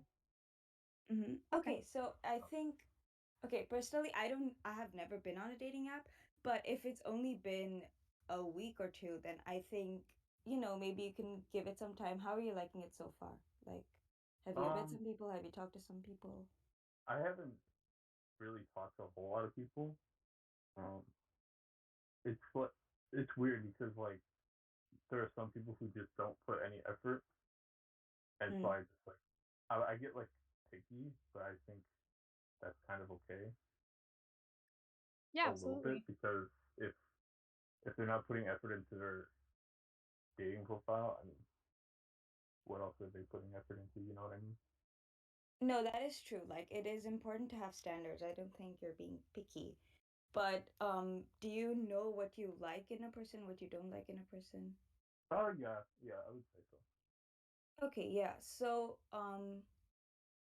I guess just I don't know like how many like matches you've had and how many people you've talked to, but I guess anyone that you would even like be remotely interested in, just reach out and like try to have conversation with as many people as possible and then see where it goes from there. Like if you like really want to get to know somebody well, I think um you know, you can be the first to reach out or you can make conversation and stuff, you know? Yeah, So yeah, so maybe like only because it's been, you said it's been a week or two, like you're obviously very new to this, so I think it's okay to not know what you're doing. Um, so maybe just try being on the dating apps and see how you like it for a few more weeks, and then you might like meet someone, and like when you do meet that someone, make sure that you make the effort to like sustain that relationship and like make sure that you're putting in the effort if they are also putting in the effort. That's all I Yeah, have to but say. also I think keep in mind also that people on dating apps, it might seem like they're not putting in effort, but it can be really difficult to judge someone's actual personality from a dating app. So try to be patient with people, give them chances.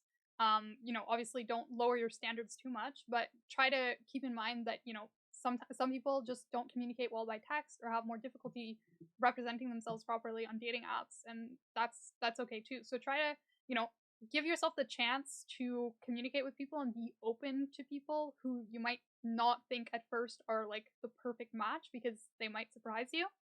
And also let it be known, like tell your friends, tell people in your entourage that you're looking to date, and Try to meet people in real life. Try to, get out there and do activities and do things that allow you to meet people so that you're not only relying on this online kind of dating app to meet people that you could potentially be interested in. Try to put yourself out there as much as you're comfortable with and take those baby steps to meet more people and try to see who you can be interested in. I think it's good to have multiple avenues kind of going. Yeah, I would agree on that. That's good. Yeah. Oh, Sivi? Yeah, okay. So I kind of have experience with this. So what I like to do, I I haven't really used those apps like too much. I mostly just go on there to like see who's on there. But whenever I put like some of my super specific like interests and kind of like put them on my profile, like one time I put that picture of Hassan with the shirt that says make the what is it, make the rich pay, tax the rich, that shirt. Yeah. But I put that picture on there and a lot of people like responded to that. I think it was Hinge. It was Hinge. So you can like comment on like the pictures and stuff you put on your profile, and I noticed a lot of people would like respond to like that picture or like something else that like where I included my interests.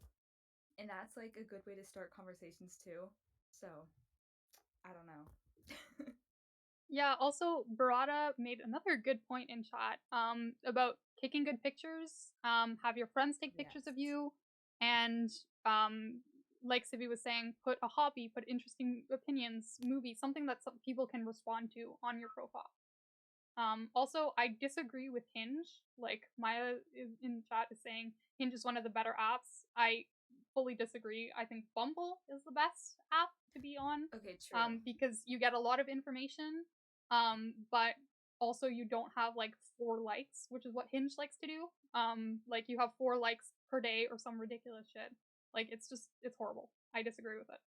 Sorry, personal tirade. Yeah, I didn't love Yeah, love also I Hinge feel like personally using like just 'cause multiple it apps oh is kind of good sometimes too, because then you can see like everyone. You can see more people. Yeah, I'm on multiple trying to like use Mm-hmm. different avenues. It's like if I somehow run out of likes on one, I just switch to the other or something. Yeah. Mm-hmm. yeah, I mean I agreed with what a lot of other people said as well just cuz it's so much of like expectations I think are a lot of that it affects a lot of what you get out of it cuz like if you go in assuming like every date's gonna be great, or like, it's just like, oh, they're all gonna be terrible, it's kind of, you're kind of setting yourself up just for like, it's not gonna be great. But I think just going in, like, saying, you know what, just, most of it's all about meeting new people. Because even if it doesn't work out with, you know, being the best, like, relationship, you're still, meeting new people and making connections and literally just like getting practice with talking to people, even if it's like online or actual like IRL dates. It's you're just getting to know more people so you can kind of understand both like yourself and also like what you want. Like the more you try, and even if you fail a couple times, which is probably gonna happen because it happens to everybody, it happens to me a lot more than I wish it did, but that's life. And I think just like, just trying, putting yourself out there because like it's just a matter of like understanding like what you want out of it and sort of setting your expectations at the right area so you can be like, you know what, if it goes horribly, at least you tried. And sort of not, and then also like, don't get too hard on yourself if things don't work out the way you want to, because sometimes it just doesn't happen the way you want it to, and it can be upsetting. But you just gotta like, you gotta pick it back up. And dating apps can be frustrating, but you just gotta kind of, you gotta, keep trying. And if Right. maybe if they don't work out, then IRL dating can be difficult, but it still works. the old fashioned way, meeting people in person in the real world. But yeah, it's all kind of a matter of, setting your expectations right. I know that can sound difficult, but once you hit like the sweet spot, you can sort of keep meeting people and, getting to know people, if that makes sense. Yeah, that makes sense. I Yeah, I also think read in that's the good chat advice. about Trumpies. I have so many in my area. Oh my god, it's so bad. So put on what I would suggest for that is put on your dating app that you're a leftist or that you're, whatever your political affiliation or whatever the fuck is, ideology is, because then you'll be able to kind of filter those people out right away. And there might be some that try to debate you, but you can just either debate them or block them, whichever you prefer. Yeah, I think that is a good idea. But also I've done that, and like I said, I literally put Hassan on my profile, and I still got like these like super like conservative Trumpies like with pictures of them holding up fish on their profiles still liking me, and I was like, okay, that's weird. But I don't know. For the most part, I feel like that does work. I do not have dead animals in my pictures, so I think That's I'm good. doing That's a okay. really good start. You know what? You're doing better than, fantastic. yeah, literally. That's a great start. Okay. All right. Well, I hope that helped at least a little bit. And Thank you. good luck with your dating. As we've said to others, if you want to keep us updated on Twitter, I'm sure we'll be happy to see what happens. And I hope that the advice helps out at least a little bit. All right, yeah, and if there's another one of these when I come back and update. We'll see. Yeah, for sure. Have a good day. All right, you too, guys. Bye. Bye. Good luck. All right. How y'all doing? Just want to check in, make sure you're all doing good. You're okay, happy, hydrated, etc. Talking to y'all Chads, by the way, not the chat. Well, chat too. Stay Nope. hydrated. Yeah. I'm good. Yep. Good. Glad to hear Yeah, it. I'm fine. So. Okay. I'm seeing T is life in the waiting room. I'm not sure if you submitted an submission, whatever they're called. I can't speak. I'm not sure if you submitted to the forum. I can't seem to find yours. So if you want to either submit one, you can. I'm gonna put the link in chat. Or just DM us or talk in chat and tell us what's up. And we're gonna be pulling Dark Stevie or Steven in, who uses he/him pronouns. All right. Okay. Hi, Steven. Welcome to the call.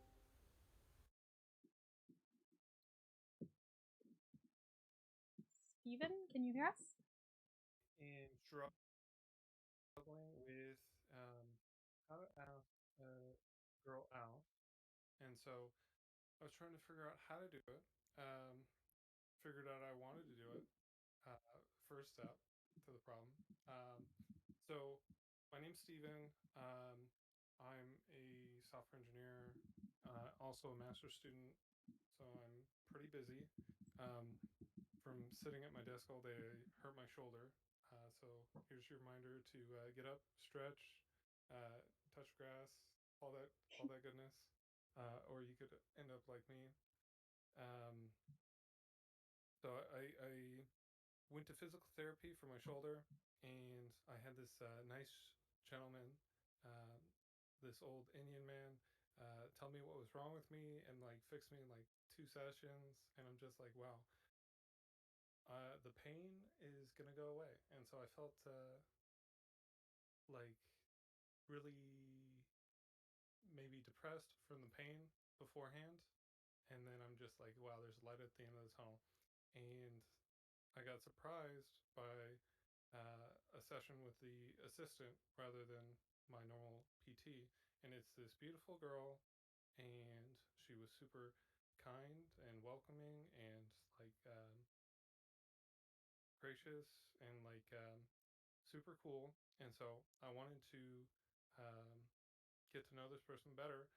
But as a customer or patient, that's kind of out of bounds to go ahead and be like, hey, um, go on a date with me before I'm done with physical therapy and I'm still there in that kind of relationship of so I'm trying to articulate how do I want to approach this as I'm still impatient, and then um, as the road is winding down to that time where I'm not going to be a patient anymore, and I feel like it's less um, of a boundary to go ahead and ask, and then how I'm going to ask. And so in my write up, I said that the workplace has a bunch of coworkers and they're all super nosy, and that's one of the reasons why I know she's single. So um, I was thinking if I slip her a note or a letter of some sort, then it gets around the nosy coworkers, and then there's no pressure from them to say anything um, or something like that. Uh, or just pull her off to the side and then ask her, and then um, so I'm trying to figure out the best way to do it, and then also juggle this um, all these different ideas of is it right to ask now or later? Is it best to do it vocally, written? So can you guys help me with that, please? Yeah. I think I think you're right in being very careful about how you approach approaching someone in the workplace, because a lot of people, you know, they're obligated to be there, they're obligated to be nice to people when they're working. So it can be really difficult to navigate if that person is even interested in the first place. Um, and, you know, figure out how to approach them without, you know, potentially harassing them or annoying them or making it difficult or uncomfortable for them. So I think you're right to be, you know, careful and cautious of that and to want to be mindful. That being said, I do agree with you not pursuing anything until you're no longer a patient. And I would even think about maybe trying to become friends with her instead of going straight to dating, or, you know, asking her straight on a date. Like, it could be um, might be easier to try to do some sort of activity or hang out with her or something like that that isn't necessarily a date in the first place. As to how you ask her, I'm gonna I'd like to hear the other panelists' opinions on that. I don't know if y'all have any thoughts. I mean, as to like how, I think it just, I mean, like, you know, whether or not you like, you know, say something like face to face or, you know, but I think the timing, I think, is very important because, like, yeah, same thing. Like Emma said, at first, it's like they're sort of, you know, when you're at work, you're sort of in that mindset of like, you know, you're just like you're obligated to be nice to everyone. So I think it's a matter of like, you know, uh, can I ask like how long do you think you're gonna be continuing together for? Because sometimes injuries you can be there for like years or just like a month or two if you know. I don't know. Sometimes it's like I'm a matter. probably only gonna be gone for another 2 weeks or so. Oh, okay. So not too much longer. So like I'd say kind of like yeah, maybe like towards the end or if you're just like if you're leaving, that's sort of the thing to do as you're like not necessarily as like an oh by the way, like kind of at the end, but just sort of like try to, you know, leave that door open per se, you know. This is assuming like, you know, talking face to face just cuz it's easier. In my mind it's easier because I'm better with like, you know, me personally, I'm better with like vocal communication. If you're better with like, you know, writing something prepared, maybe that might be better for you. It just sort of depends on what you're sort of like how your words are going to come across better. but for like me personally, I'm better vocally, like just expressing that. But if you are more comfortable with, any certain, method of communication, like do whatever is better for you, but just try to do it, at the end, kind of as like tacking it on as like, hey, I know, like, this is kind of we have like a distinct relationship of like, kind of the doctor patient thing, but also at the same time, like, there's people I've had a professor who used to be like a therapist or something, but met one of their former patients who they ended up dating, and they were telling me about this, and it was like this whole thing. But it's kind of sometimes it's a weird line you have to walk, but I think if you do it in the like, hey, it might seem strange at first, but if you do it kind of with the sort of, if you're very genuine about it, and I think you do it with the intention of just sort of throwing it out there of like, it's the last, your last like appointment or session or whatever. I don't know the terminology, but you know, sort of at the end, if you just tack that on, it's kind of like, if it goes great, then great, and if not, it's sort of like no harm sort of thing. But that's my advice. Just whatever method of communication you feel more comfortable with, that you think your words want to come across the best. So whether it's like, just speaking directly or like preparing something a little bit more detailed through writing. Yeah, I think you want to I just also. want to add, like, Oh, sorry. Go ahead, Nira. oh, sorry, go ahead. Oh, No, no, no, it's I fine. just Go. wanted to say, like Emma said, would you prefer being friends first? Like, how well do you, or rather, how well does she know you? You know, because if you went straight to like asking her out, like, I don't know how well you guys know each other right now. Like, are you guys So friends? the first time I met her, we had like an hour-long session where we were just chatting the whole time. So I got to learn a little bit about her, a little bit about her family, and vice versa. So it was like the kind of conversation you have over like an hour of a first coffee meeting, that kind of thing. So I don't know her all that well. The second thing is,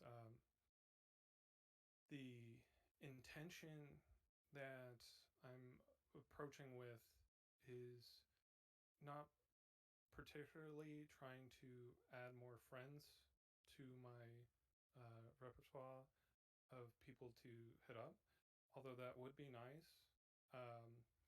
So the I asked my sister about this, and the first thing she said was just like, go on a coffee date, and it can be kind of ambiguous. It can be kind of friendly, or it can be more romantic, depending on what the other person would like, and stuff like that. So I do feel like approaching as a friend first would be kind of good, and um, like taking it slow and steady.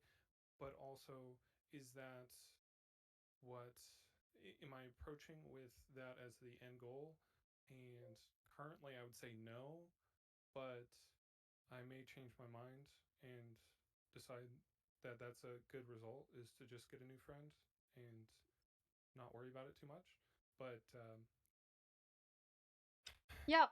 Well, I think that you've got to keep in mind also that, like, your intention is one thing, but making sure that she's comfortable and her intention is another thing, right? So if you approach her kind of in a almost ambiguous way and say something, say something along the lines of, "Hey, I know this is our last meeting. I thought you were a really cool person. I was wondering if you wanted to hang out. Here's my number." Like, you could have your number just written down, or say, "Here's my number, no pressure, but I think I'd really enjoy hanging out with you at some point." And then you leave the door open to her to text you if she wants, call you if she wants, hang out if she wants, but you're not putting pressure on her, and you're most importantly not going to make her feel uncomfortable and feel trapped about having to say yes to a date or no to a date while in her workplace. And I think that might be an easier way to go about it, and the way that avoids the most, making her uncomfortable as possible. And, where it goes from there, and once you guys get to know each other, maybe it becomes something more in dating. but I think it's always a good way to. It's always good to get to know someone before thinking about getting into a relationship right away. But that's just my opinion. Yeah. Okay. I have to hop off really quick, but what I would say for this is that I definitely think like waiting towards the last meetings is a good idea, and giving her like a point of communication. I mean, is also good. Like, I think a number is very telling. I feel like it gets it communicates your intention to her, um, in a more. I think it communicates to her. Like, if you give someone your number, it's much more of a serious thing. So I think that's a good thing to do. And then being like, we should. And your sister's right. Like asking and being like, this could be more of a laid back kind of date, and allowing her to reach out to you on her own terms, which is what Maya just said, is probably like also a very good thing. If you're like concerned about making sure she's comfortable, but yeah, like just giving a number could also be really good. But I do have to go right now. Sorry, No guys. worries. Thanks for Thank you. coming, Lila. Yeah, so does that kind of clear it up more? Does that help you have a more clear line of action? Or do you still have kind of questions about it? Or like, Yeah, how do you feel I about it agree now? with the last thing you said there was uh, there's a pretty clear declaration of interest, and it really puts it in their court once you leave, Yeah. because there's no going back unless um, you got into stalking. But I'm not gonna be doing that. So Yeah, no, stay away from that. Good Chadvice, do not stalk. so I think I'm gonna run with that one. All right. And not throw out the date idea. Just I'd like to get to know you better. Here's my number, um, and keep it kind of simple in that regard. Yeah, and That's try me. to, put as little pressure as possible on her, so that she feels comfortable. Because if someone feels uncomfortable around you, they won't want to date you. So Yeah, I'll making just. sure that. Oh, go ahead. Oh, sorry, go ahead. No, I was pretty much done. Okay, I was just gonna say, like, to add on to that really quick. I've been in that situation before at work where a customer, asked for my number, and that really, like, I don't know, that put me off guard. And I was like not ready for that. But I think if that like, so I wasn't interested in that person, but like if I was, I think I would have much preferred if they would have just given me their number instead, so I could have like, texted them. So I would definitely say, let her reach out. Yeah, I think that's the best way to go about it, is to leave the ball in her court. And if you don't get an answer from her, or you don't get reached out to, leave it be and assume that she's not interested and doesn't want anything about that, and that's okay. um I think you just have to be respectful of her space and her what she needs. Okay. Thank you guys for all your insight. I think we have my problem addressed here. All right. Uh, so one thing I wanted to say before I go is Mm-hmm. I had a ton of anxiety before coming on the call, so Mm-hmm. I appreciate everyone who came before me. I think you're all so brave, and thank you, Chads, for helping us through our problems. No Thank you. Yeah, Yeah, no problem. You're problem. thanks for awesome. coming on.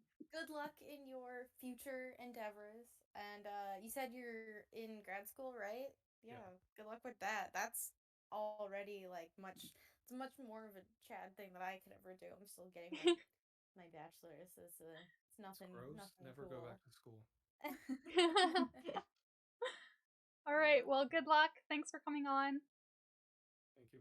Bye. Bye. All right. I see Petek.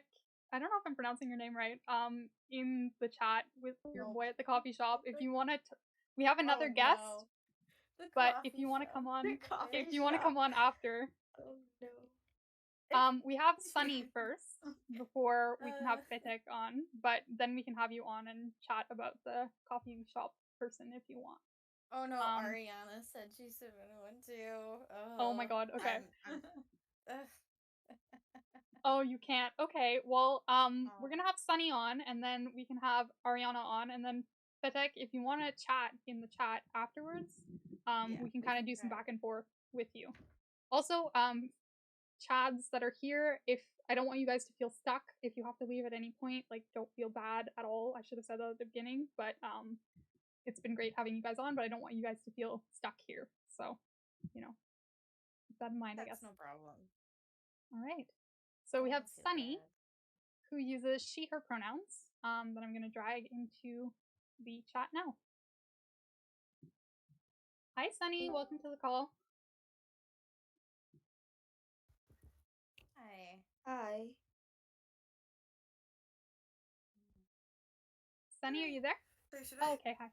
Yeah, let me just get off the chat because there's like a delay. Okay. Oh, yeah, no worries. Hi. Hi. Sorry, I didn't recognize because in my head I remembered having your submission, but in my head it was like, oh, that's Sunny. That's not like I didn't associate this username with you. So when I went through the forms, No I was trying to worries. find you, and I was like, oh, that's Sunny. That's clearly not this person. So No, sorry even about that. people I know IRL are like that, so it makes sense. No worries. All right. Also, quick disclaimer: I kind of forgot what I mentioned in the submission. It's something about being busy, but the details are fuzzy. So if it's different from what you see, sorry about that. No worries at all. So I think overall my problem is generally about like time management and stuff because firstly I would like consider myself a pretty like extroverted person. Like if I don't have a lot of social interaction, I just start like shriveling on the inside. I need to talk with people. So and I'm also like extremely busy because like I am in high school, so I have school, and then I do sports, and I also do two other activities that are like pretty time consuming in general. And like so, you know, I try to balance it, like hanging out with people, doing stuff that I have to do. But I think this is also a very specific problem, so there might not actually be an answer, except you just kind of have to deal with it. But what tends to happen is I'm doing all the stuff I need to do, and then I kind of don't do the social aspect part, which isn't like really beneficial for like my overall mental health and how I deal with stuff, which then turns into me like focusing more on what I'm supposed to do because I'm like, oh yeah, I want to hang out with friends, but I'm like, no, you have to do all the stuff that you still have to do, and I just get more and more miserable. And then if I do hang out with friends, it's like too much, and then I'm now actually behind on other work I have to do. And I guess my question is, how do I like balance everything so I'm not just in like cycles of either being behind on work or being like really sad and lonely because I haven't hanged out with people?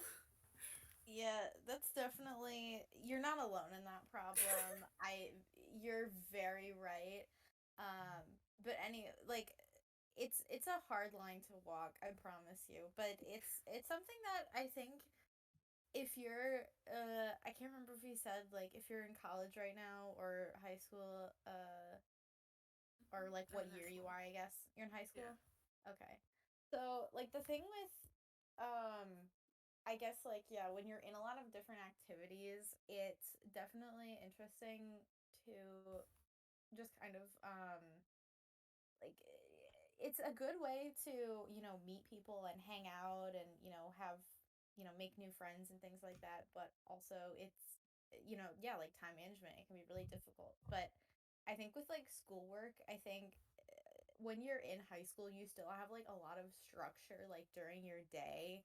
And I think taking advantage of like having that sort of, you know, having like the 7 hour type school day is something that I think you can kind of utilize, especially if you have downtime, like lunch periods and things like that. That's something you can maybe not necessarily be like, you know, doing work constantly during that, but it's definitely something that can help you. And the other thing is, there's a lot of most schools. I can't speak for everywhere, but most schools have a lot of resources to help you with like not just time management, but with getting your work done and like getting help with homework or things that you don't understand or just like, generally somewhere you can go to just like do work and focus on that and sort of have a little bit of separation and sort of have a place to go for that. But then also at the same time, like, doing homework with your friends, even though you may think you won't get anything done, but you would be surprised. If you have classes with them, doing your work together and like actually like trying to do your homework, you'd be surprised that you can do a lot more. You can get a lot more done than you think if you really like set your mind to it. Because the other thing is, not only are you, because if you do homework by yourself and get stuck on something, and you're just kind of stuck on it, you get in that mindset of like, oh no, like I can't do this problem, like this is terrible, like I can't do this.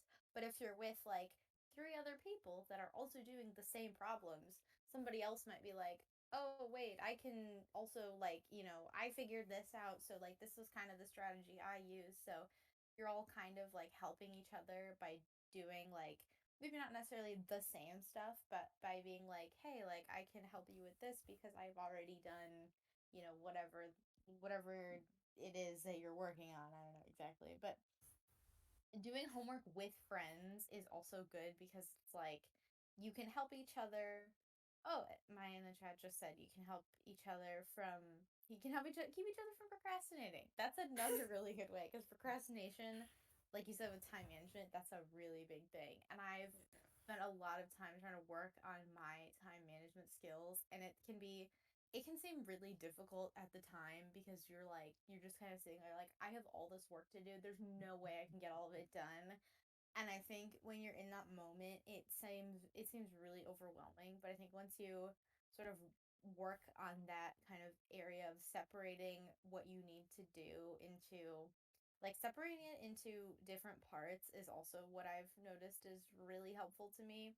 Like being able to break things into, like, okay, I have this essay I have to do rather than just like saying, okay, I have this like, 6-page essay. Like that's a lot. That's a lot to do.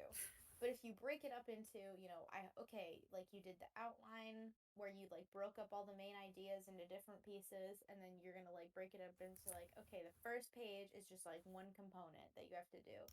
And then breaking it up into pieces where you can just sort of kind of bite it into little chunks. Like, what's the phrase? How do you eat an elephant? One bite at a time. So I've never heard that. Really? I thought it was a really common phrase. I've heard that all the time. But anyways, That's so funny. it's time management is something that like trust me, everybody struggles with it. You are not alone. But there's a ton of ways that you can figure it out, especially in high school. Like this is kind of a time where if you struggle with this, trust me, you are not alone. Like it is so many people. Even I still do, and I'm in my third year of college, and it's literally like one of the worst things about me. But you know what? As long as you're trying, and as long as you're trying to get better at it, the world will kind of. Oh yeah, sorry. Don't eat elephants. I shouldn't say that. Sorry. I'm just looking at the chat. I'm like, yeah. That's the elephant. The how to eat an elephant one bite at a time. But that's the thing. It's one bit at a time. Is that how you have to conquer these things?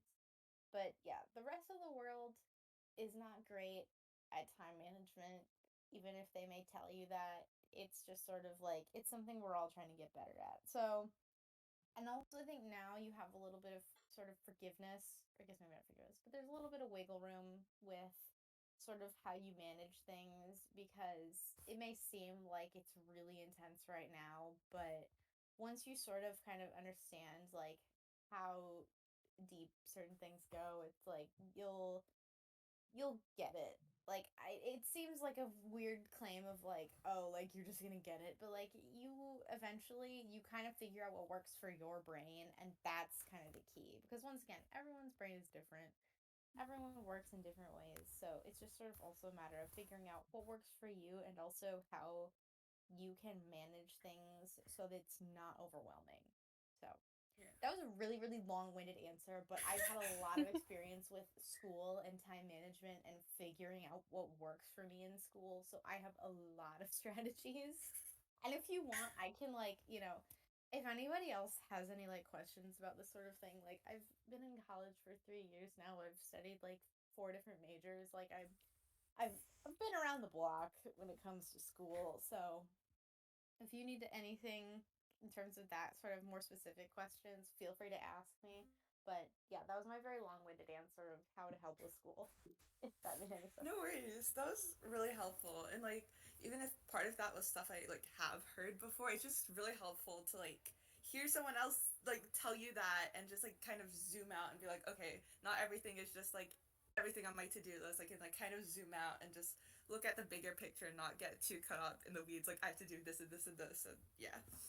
And like your point Yeah. about doing homework with friends, I don't know why I haven't thought of that. That's genius.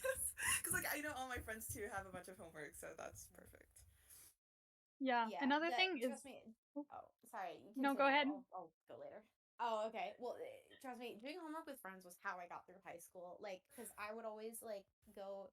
I had a teacher where I would just like go in his classroom and just like sit there for like 2 hours after school and just like go through and do all of my homework while he would just be there like reading papers because he was like a really chill teacher. But like, if you can like and he was like a great teacher too. So like not only was I like doing all my homework, he was also like just generally a really funny person. And he wrote like a bunch of my college recommendation letters and like making those connections can also be really important because like later on, if you just like generally need like advice or help or college recommendation letters, like it's very like it you'd be surprised as to how much those little things can help. So yeah. Emma, you were Yeah. saying, sorry, I cut you off. No, it's all good. I think that's a great point. And another thing, one thing that's really, really helped me out is scheduling things. And it sounds silly, but making, like, I assume you have an agenda or someplace where you write down everything that you have to do and your homework and stuff like that. Um, Writing down everything that you have to do, chopping it into those bite-sized pieces like Liz was saying, but then also saying, okay, well, I think that this essay will take me 2 hours to write, or I think that these exercises I have to do for my math class are going to take me 4 hours, and then chopping that into bits and saying, okay, well, I have 4 hours on Saturday, so I can do my math there, and I have 2 hours on Tuesday, so I can do my essay there, and kind of chopping it up and really scheduling that in and writing it into your agenda really makes you prioritize those things and be able to adjust the time that you need and the time that you're going to use to actually do things. And that was really, really helpful for me. I did a whole, well, I guess you guys, I live in Quebec, so it's a bit weird, but I did a college degree, 2-year applied sciences college degree. And for me, that was really helpful to schedule that time in. And then if I had to move stuff, because let's say Friday night I ended up deciding to go out instead of doing my work, then I would have to reschedule that block from Friday night and put it somewhere else. And it really helps you keep track of your time and how much time you're going to use and what you have to do and how to manage that time properly. Another thing is, like Liz, I studied a lot with friends throughout my college degree. And when I was in high school, I used to go, I don't know if you have this at your school, but we had remedial classes kind of at lunch. And if you went there, the teachers were willing to help you with pretty much anything and help you get through your homework. And I was there like 5 days a week. I was in remedial class, which is a little bit extreme. You don't have to do that. But going to like your office hours and getting help from your teachers makes you understand things a lot better, and it helps you really create those links that you might need for college referrals or anything like that. So those are, I guess, my tips. I hope that's helpful.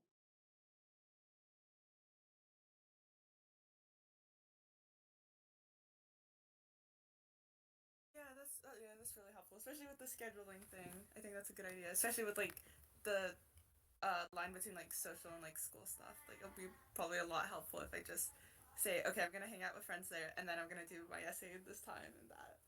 Yeah, Okay, just I just really like to get into the add habit of about writing everything down. Just write everything that you have to do down. Write when you're going to hang out with friends down.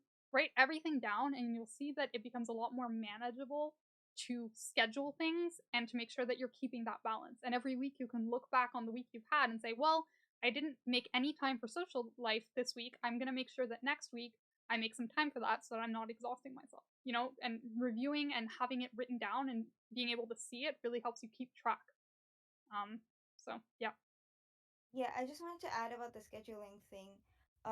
what a few people do is they schedule their entire month out, and I think that's too overwhelming. So what I do is I put my week on like a physical, like write it down, like make a Monday, Tuesday, and like write down everything you have to do for that day. So, and then split it up either evenly or like based on when things are due, so that you can just look at what your week is going to look like and you know when to do things. So like Emma said, like you can schedule like a Friday block for math. But then if sometimes the Friday block doesn't work out, so you can shift it to another day. But if you have like everything on one page, your week, not just your day. I think have your week on one page, because if you want to move things from today to the next day, you just kind of forget about it. And it's like, so what happens is, for me at least, if I make a list of everything I want to do today and then I don't end up doing a lot of the things, I just I just get discouraged, and then for the next day I just don't make the list again, because it's like I didn't meet my list last time, like yesterday, so why would I don't want to make a new to-do list and then fail on that again. So, which is why I'm telling you to make like 7 lists. So, have your whole week planned out so it's easier to shift things, and it's easier to know what you have coming, so you know, like when your friends call you up and say, "Do you want to hang out?" You know what is coming, and you know, like, you know, if I hang out today, then I still have um that Friday block where I've scheduled my math, you know? Does that make sense? Yeah. Yeah, that definitely makes sense. Because I've definitely had that problem where I like don't finish my to-do list for one day and then I'm just like, screw to-do list, I can't do this. Yeah, So exactly. yeah. So you should have 7 to-do lists, but all on the same page for 7 days Mm-hmm. of the week. So you know, like when you shift things from one day to the other, it's still all on the same page and it's happening in real time, you know? Yeah, I just kind of assumed, like, because I guess this isn't a reality for everyone. I don't know. I kind of, it went over my head that not everyone has that. But basically, my school gave out they gave out agendas, and they, oh, my camera's not working. I was gonna show you, one sec. Don't know why it's not working, but yes, no camera. But basically it was like an agenda that had 7 days, and on the same like 2 pages, and I would write everything down and keeping it organized by hour. So like clearly drawing blocks in those hours really helps you visualize how much time you have in a week and how you can organize that time. So yeah. Like, yeah, I do have a weekly calendar thing. Like, not school given out, but like I have one because I thought that would help, but I don't really use it much or like well. So yeah, yeah, that's definitely helpful.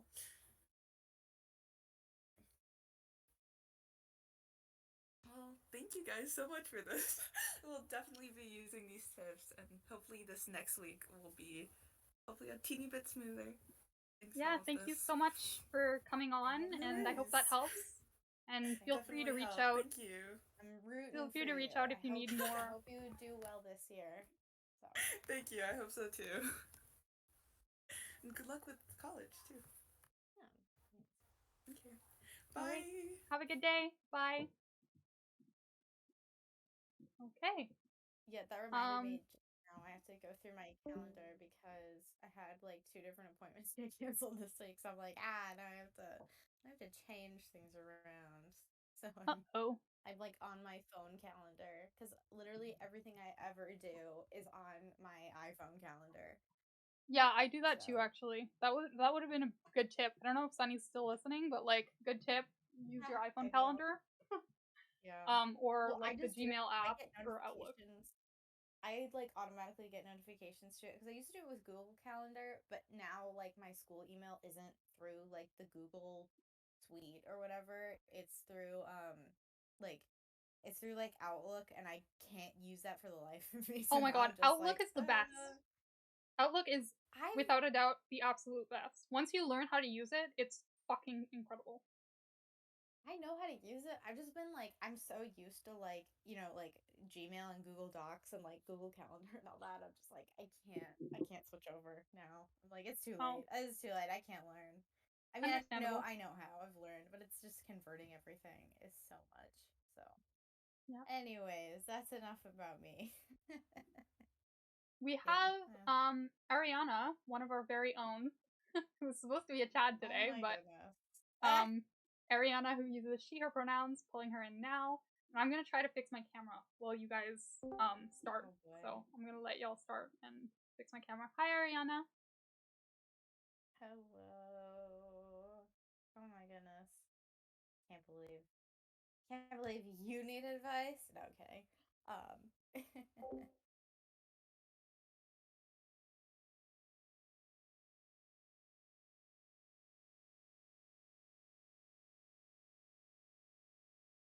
Sorry, one sec. So Ariana, what did you need advice for? What did you want to talk about today?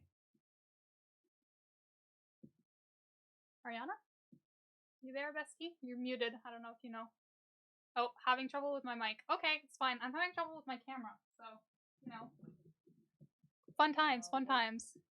We're patient. I don't know if you're muted. I don't know if you know that you're muted, Ariana. Like, do you know? I don't know. Like, I'm shit at Discord, so I assume everyone doesn't really know how to use Discord that much. But there's a button to unmute. I don't know if you type in chat if you know that you're muted. I guess.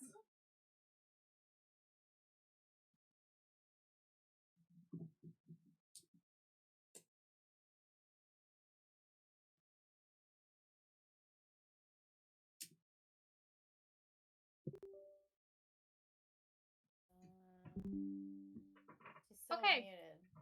My camera is back. One sec.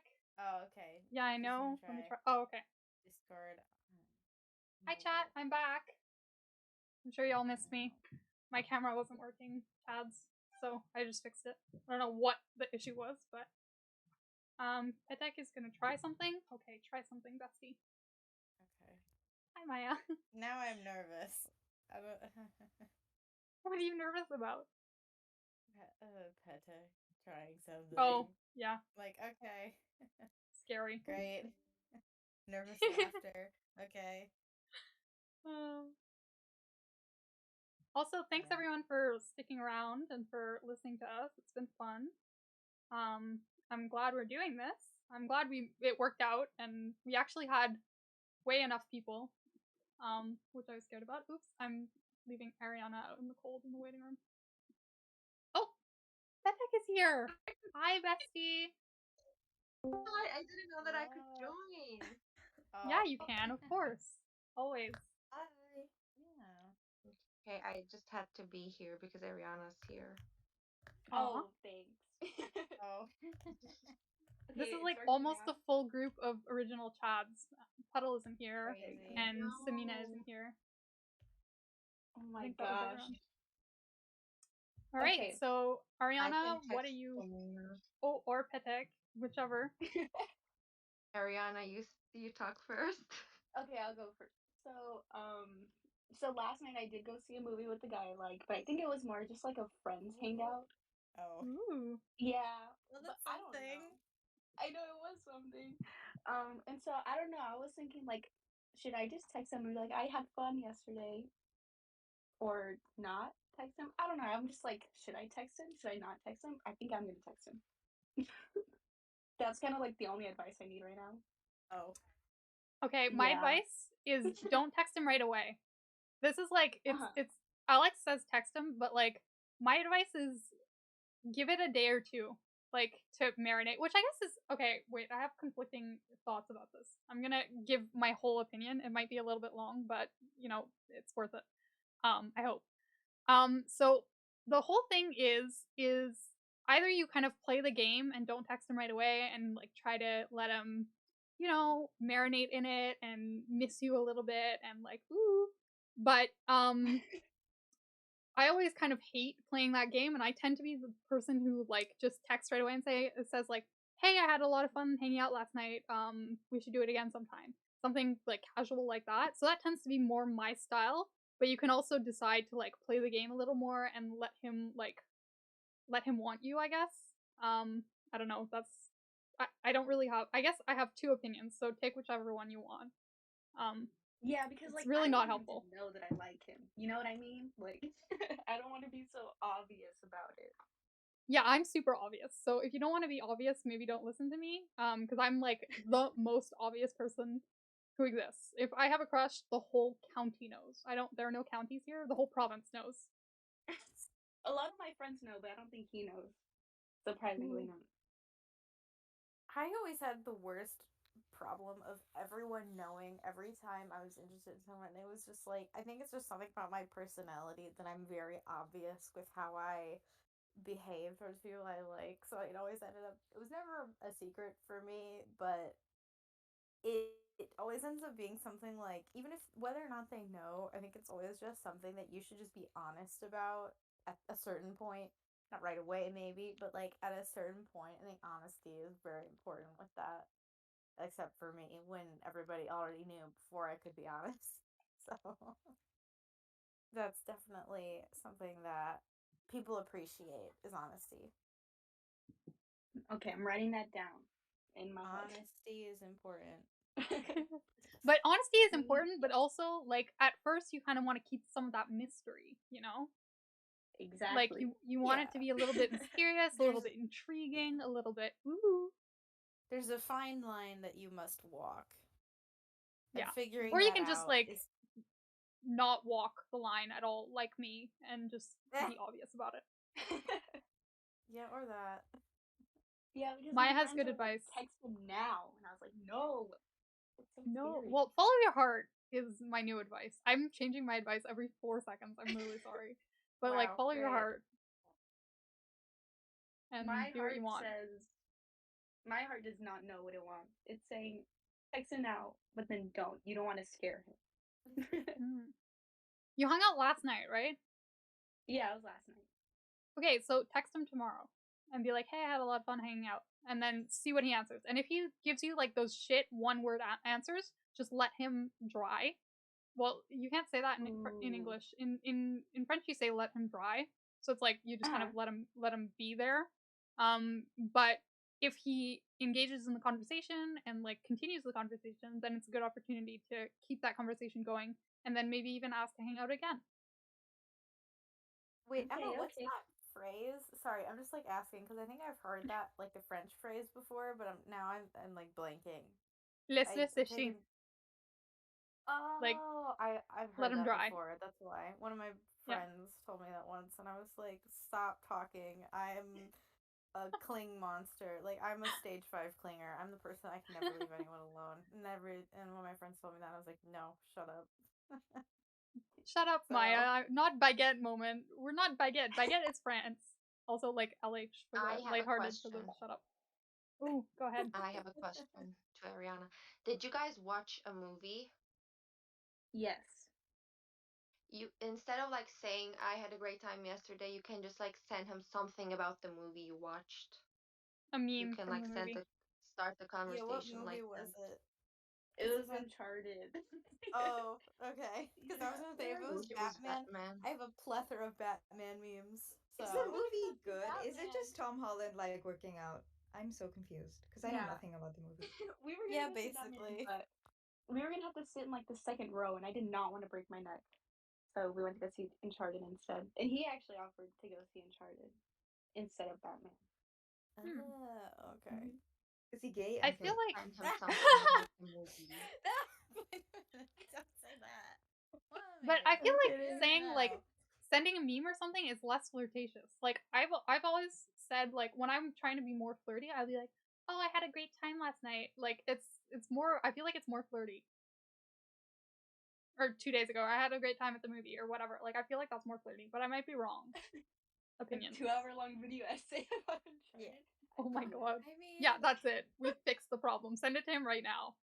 I mean, My commentary on I'm a Tom Holland person that and like Uncharted. exclusively like communicates through memes, no matter the relationship. So like, I'm the person to just be like, "Oh my gosh, like I saw this like meme about this movie we saw earlier." So like, I know like Uncharted doesn't have a lot of like meme potential because it's just Tom Holland like being hot, but it's like if you find something relating to it, maybe not necessarily like a meme, but that's what I always do because I just think like, oh my gosh, like we saw this movie together and like here's this thing that relates to it.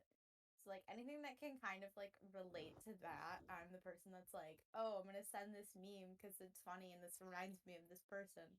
So any sort of thing like that, just to kind of keep it light. I always like to try to keep it like more of like a funny sort of tone because that's how I'm able to sort of spin it in like my direction. And whether you don't necessarily have to do it like that, but anything that can kind of like tie back to like, oh, like this made me think of you or something like that is usually the, I guess, the best way to do it. Whether or not it's a meme, but just something that you thought of them and you send it to them. So I actually did that once because there's because he boxes. So do you know the Matt me or he or he's like good at everything? Do you know what I mean? No, I have no I think idea. so, yeah. Because there's like this me character who's like Oh, good at I know what you're everything. talking about. The bald Yeah. one, yes. Yeah, I told Yes. him, I'm like, do you think you could take Matt in a fight? Oh yeah. That's a good one. That was good. I think that was like my proudest moment. Yeah. That's pretty funny. See, like, yeah, like something like that that makes you like something where you think of them and you're like, oh, like this is a funny meme or like this is just like something that I thought was interesting that you want to send to them. So like even if it's not as like, meming kind of funny, but it's just sort of like you just showing that you're thinking of them. I think is just really like I think people appreciate that when you're like, oh, like, they thought of me when they saw this. I think that people will appreciate it more than they may show or say. So Got it. Send memes more often. I can do that. That's easy. All right. Glad we fixed it yeah, for you. Like, exactly. Wow. also Thanks, guys. keep us updated. Like, if I don't get updates about this, I will sue. But you guys will Yeah, always be the first one to get updates. I promise that. Good. Always. You'd better. Can All I right. stay? I want to hear what PT has to say. Yeah, absolutely. You're a Chad Yes. anyway. Is it my turn now? Yes. Yes. Tell us about your Yes. hot boy. Okay. Oh, he was so pretty. Anyways, uh, I don't, I don't think I'll ever talk to him, but let's go. So I went shopping with my cousins today, and the mall we went to is a little far from where I live, so I don't go there very often. Anyways, I got tired and went to get some coffee, and I just he was so pretty. He was so pretty, right? And I ordered tea twice, like just for him to come to my table. Anyways, okay, I just got so excited. So what the fuck do I do? He just like works there. What can I say? Did you find him? Like, Okay. I'm very good at Are finding you people planning on online. going back? Are you planning on going back? I can't go there very much, like once a month maybe, or not even once a month. Yeah, I don't know. Like even if I go there, what can I say? I don't know if it's like common in the US to like ask someone out that's like at the coffee shop or something, but it's not common in here. Maya says just I'm propose, which I shaking Well, think right is now. great advice. Fuck, my camera keeps. I'm shaking right now because I don't want anyone to wake yeah. up. I'm so nervous. I mean, I trust me, I've been in your shoes before. Like I've been like, oh my gosh, like here's this like attractive person that's like or like, there's like a hot barista. Like I think a lot of people have been through that where they're like, oh my I gosh, like know. yeah, hot barista kind of things. Like you're not alone in feeling awkward with this. So I don't know him at all. Like I don't even know his yeah. name. Like his name's not Oh. written on him. Oh no. Like I know nothing Yeah, about never him. mind. If that's anyone else on the takeover, I'm kind of like, Well, maybe I go never, back as soon I as you never. can and hope he's not fired by then. I hope Yeah, I so. hope he's not And like, fired. I guess. I never. what do I I never do? got Like, farther. I never get if with the hot barista dilemma. I feel like it's just one of those things you never get farther than just saying, "Wow, they're hot," and they kind of become a meme in like me and my friends like our like repertoire of people we don't know, but we know of them, and like if you see them around, you're just like, oh my gosh, I saw this hot person. Okay, I have literally, there was a hot barista and I slept with him. So like I am a success story. It is possible. Yeah, Like listen to Emma. My. Okay, but question: are you like serious about getting to actually know him? Because if the mall is that far, he probably lives pretty far.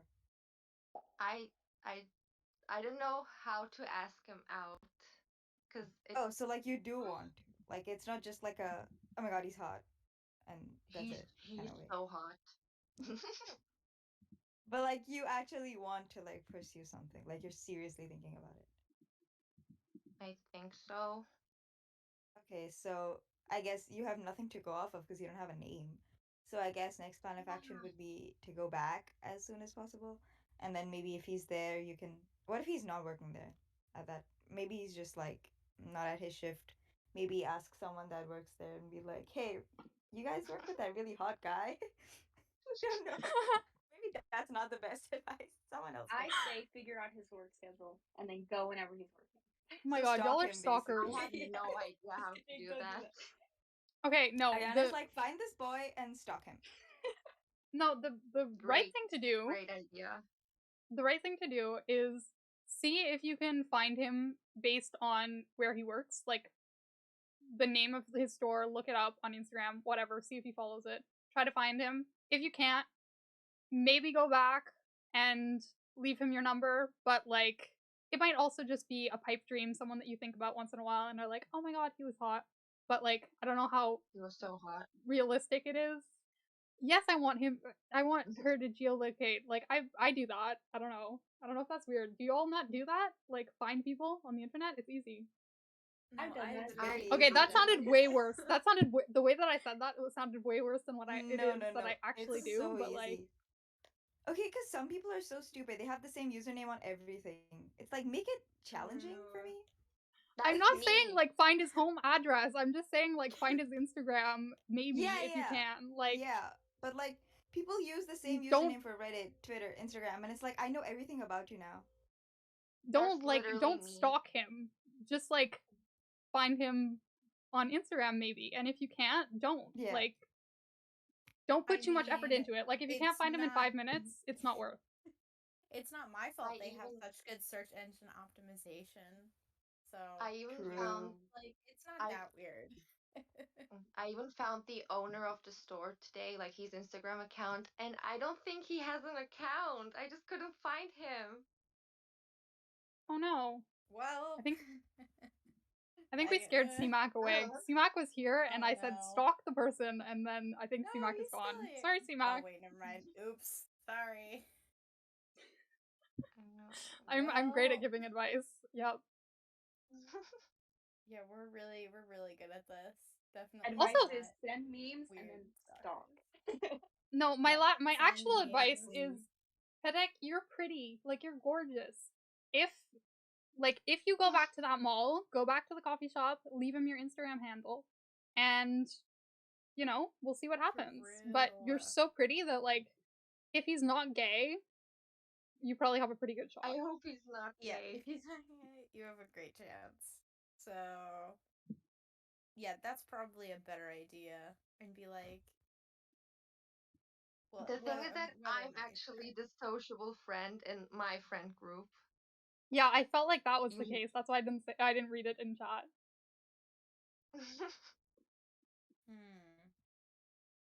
Yeah, I mean, or even just like going there with someone, not even someone that is like more sociable, just like being with another person can like help with like, getting more confidence cuz like even I'm like I'm not necessarily like the most outgoing person, but if I'm like with somebody that whether or not they're more or less, talkative or outgoing than me, I can just kind of use that as like, oh, like just being with a friend can kind of like make you more confident at times.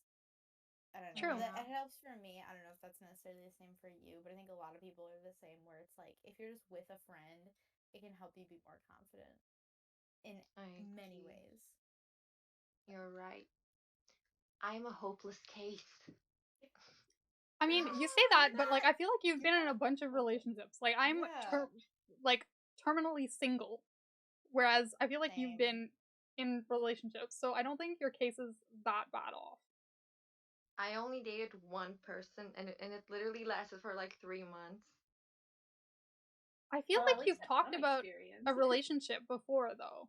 Like I feel like you've talked in HBPC about No, I relationships. remember you talking Yeah, about I so talked many about different him. instances. Oh. Huh. I don't know. Maybe I'm going crazy, but I remember you talking about a multitude of people. Yeah, same. Like maybe we're Yeah, me too. misremembering. Yeah, so many I thought it waiters was just hit on me before. Man. I don't know. Well, Yeah, so I what's our don't think advice? you're Our advice hopeless. is go back at some point, give him your Instagram handle, see what happens. At this time, I'll go with my friends instead of my cousins. yeah. Yeah. And I'll probably won't be able to do anything. Aw. I'm sure it'll work out. Like I'm sure you'll find someone hotter and it'll be fine. Yeah, if it doesn't He work was out, then the you just don't ever have prettiest to go there person ever I've again. ever seen, Emma. Aw. He was Okay, so well then go pretty, I back. can't explain it. I Then don't go know. back. Like Yeah, just go go back. back. It's in the picture, but don't actually don't send a picture. But like also Send if a you picture. can, Dox if him. you can, yeah, dox him. Just like send all the information. It's fine. No, I'm going to not send really. myself But if you find his Instagram, you have to give us updates. So true. Also, Oh, I Alex had a definitely cute will. suggestion. Alex had a cute suggestion of leaving a tip and a little paper with your number on it. Like that's very classic. Baratus Don't is leave the same tips thing. Yeah, you guys don't leave tips, do yeah. Okay, well just leave your Dude. receipt with your number. Stalker meetup. Yeah, See, Mac, I promise we're not stalkers, No, okay? true. Or at least I'm not. I don't know about the others. We don't stalk anyone. We're not stalkers, Oh. I swear. I love that. I feel like CMAC came in and we were like, "Oh, stalk someone," and CMAC is like, Yeah, "Sorry about we're that." totally not. We This is just do definitely not a intensive red flag research. at all. Yeah, Intensive research, yeah, not nothing wrong stalking. with that. There's nothing wrong with wanting to do a background check on a possible, Okay, person no, but that you would want to be with. Like, there's nothing wrong with that. CMAC, you can't You tell don't me even that do a you've background never check. gone somewhere and then like met someone and found their Instagram afterwards. Like that's you had to have done that.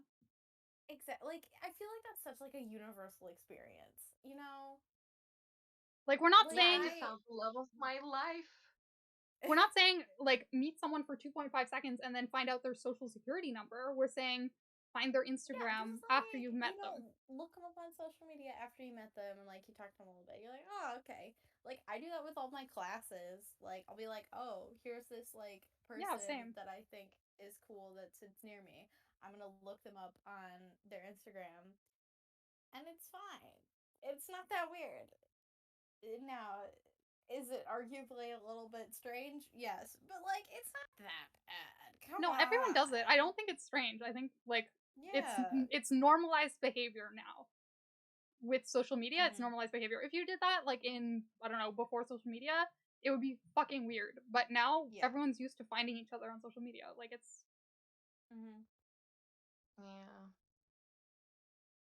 Yeah. So, I mean, like, if you introduce yourself, I think then maybe it could be like less, I don't know, less strange.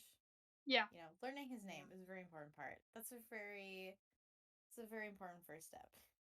Yeah. If I knew his name, I would have found him already. Exactly. I mean, I think the only solution is go back and see if he's there, and if not, give up. And if so, leave a number or an Instagram or some way to contact you. I agree. Oh my god, we've been going for almost 3 hours, y'all. This is crazy. Oh my gosh. We give such great advice. We just, you know. The most qualified advice. Yes, Absolutely. so Very qualified. Yeah, of course. Like yeah, we're definitely. Yeah, Well, I feel like we did a good job. I feel like we helped a lot of people, hopefully. Hopefully we gave good advice. Like, I feel like yeah, I feel like we did at least a decent job, other than telling Petek to stalk someone. Like, other than that, we did good. That wasn't bad advice. I think it was just like, it's a little, it might be misdirected, but I think it's great. Like, what else are you supposed to do with the cute barista? Exactly. Yeah. I mean, like, I wish I did that with like all the cute baristas that I saw, but no, I was a coward and I didn't do that. So it's always worth And trying. the thing is that it's not common to like ask a barista out in Turkey. Yeah, I guess. Yeah. But No, that's I why get I that, would 'cause like I'm from leave India. a way to contact you. Like, I feel like that's okay. I don't know, but I'm Also, not do you from know Turkey. how I wouldn't old know. he is? I think he's like the same age as me, or Okay. like a year older than me. Yeah. I don't know. Maybe we'll do this again if people want us to. It was fun. Thanks to all the Chads for coming on and for being Chad-like. Y'all did great. It was fantastic. And I think we'll probably kind of end here-ish if y'all are okay with that. Because we have been gone for like we're going for like 3 hours. Totally. I know I hopped in a little late, but this was good. Yeah, I mean, I don't know if I said it earlier, but I'd say my best, most generic advice for like any situation is just like be yourself. You know, Yeah. that's what I always tell people. I'm like, be yourself, because no one can be you other than you. I agree. So I don't know. That's So just my true. general advice to give. But anyway, Except when it comes to fixing my sleep schedule, then I can't be myself. Cause okay, well then that's a deeper problem. We'll fix yeah, that that's a later. deep-rooted issue. Anyways. Yes. All right. I'm gonna leave the call and say bye to chat. Thank you guys so much for coming on, and like I said, maybe we'll do this again. Who knows? Yay, thanks for It the was fun. Yay. Thanks for doing this, Emma. It was fun. All right. Bye. Bye. All right, chat. Thank you guys so much for coming. That was really fun. I feel like we did good. I feel like we had a lot of advice to give to a lot of different people in a lot of different situations. I hope we did Hassan proud, although he'll never see this. That's fine. So yeah, thank you guys so much for coming on. And if you want to drop a follow, maybe we'll do this again. Otherwise, I will be streaming other stuff probably soon. So yeah, follow and hopefully come back. And thanks so much for sticking around and for hanging out and for chatting. And thanks so much to the mods for modding. Although there isn't that much to mod, but you know, that's okay. Yeah. So I'm gonna leave it. Oh yeah, I guess I didn't set up the Twitter command. Whoops. Anyway, yeah. Have a great night or day or wherever you are. And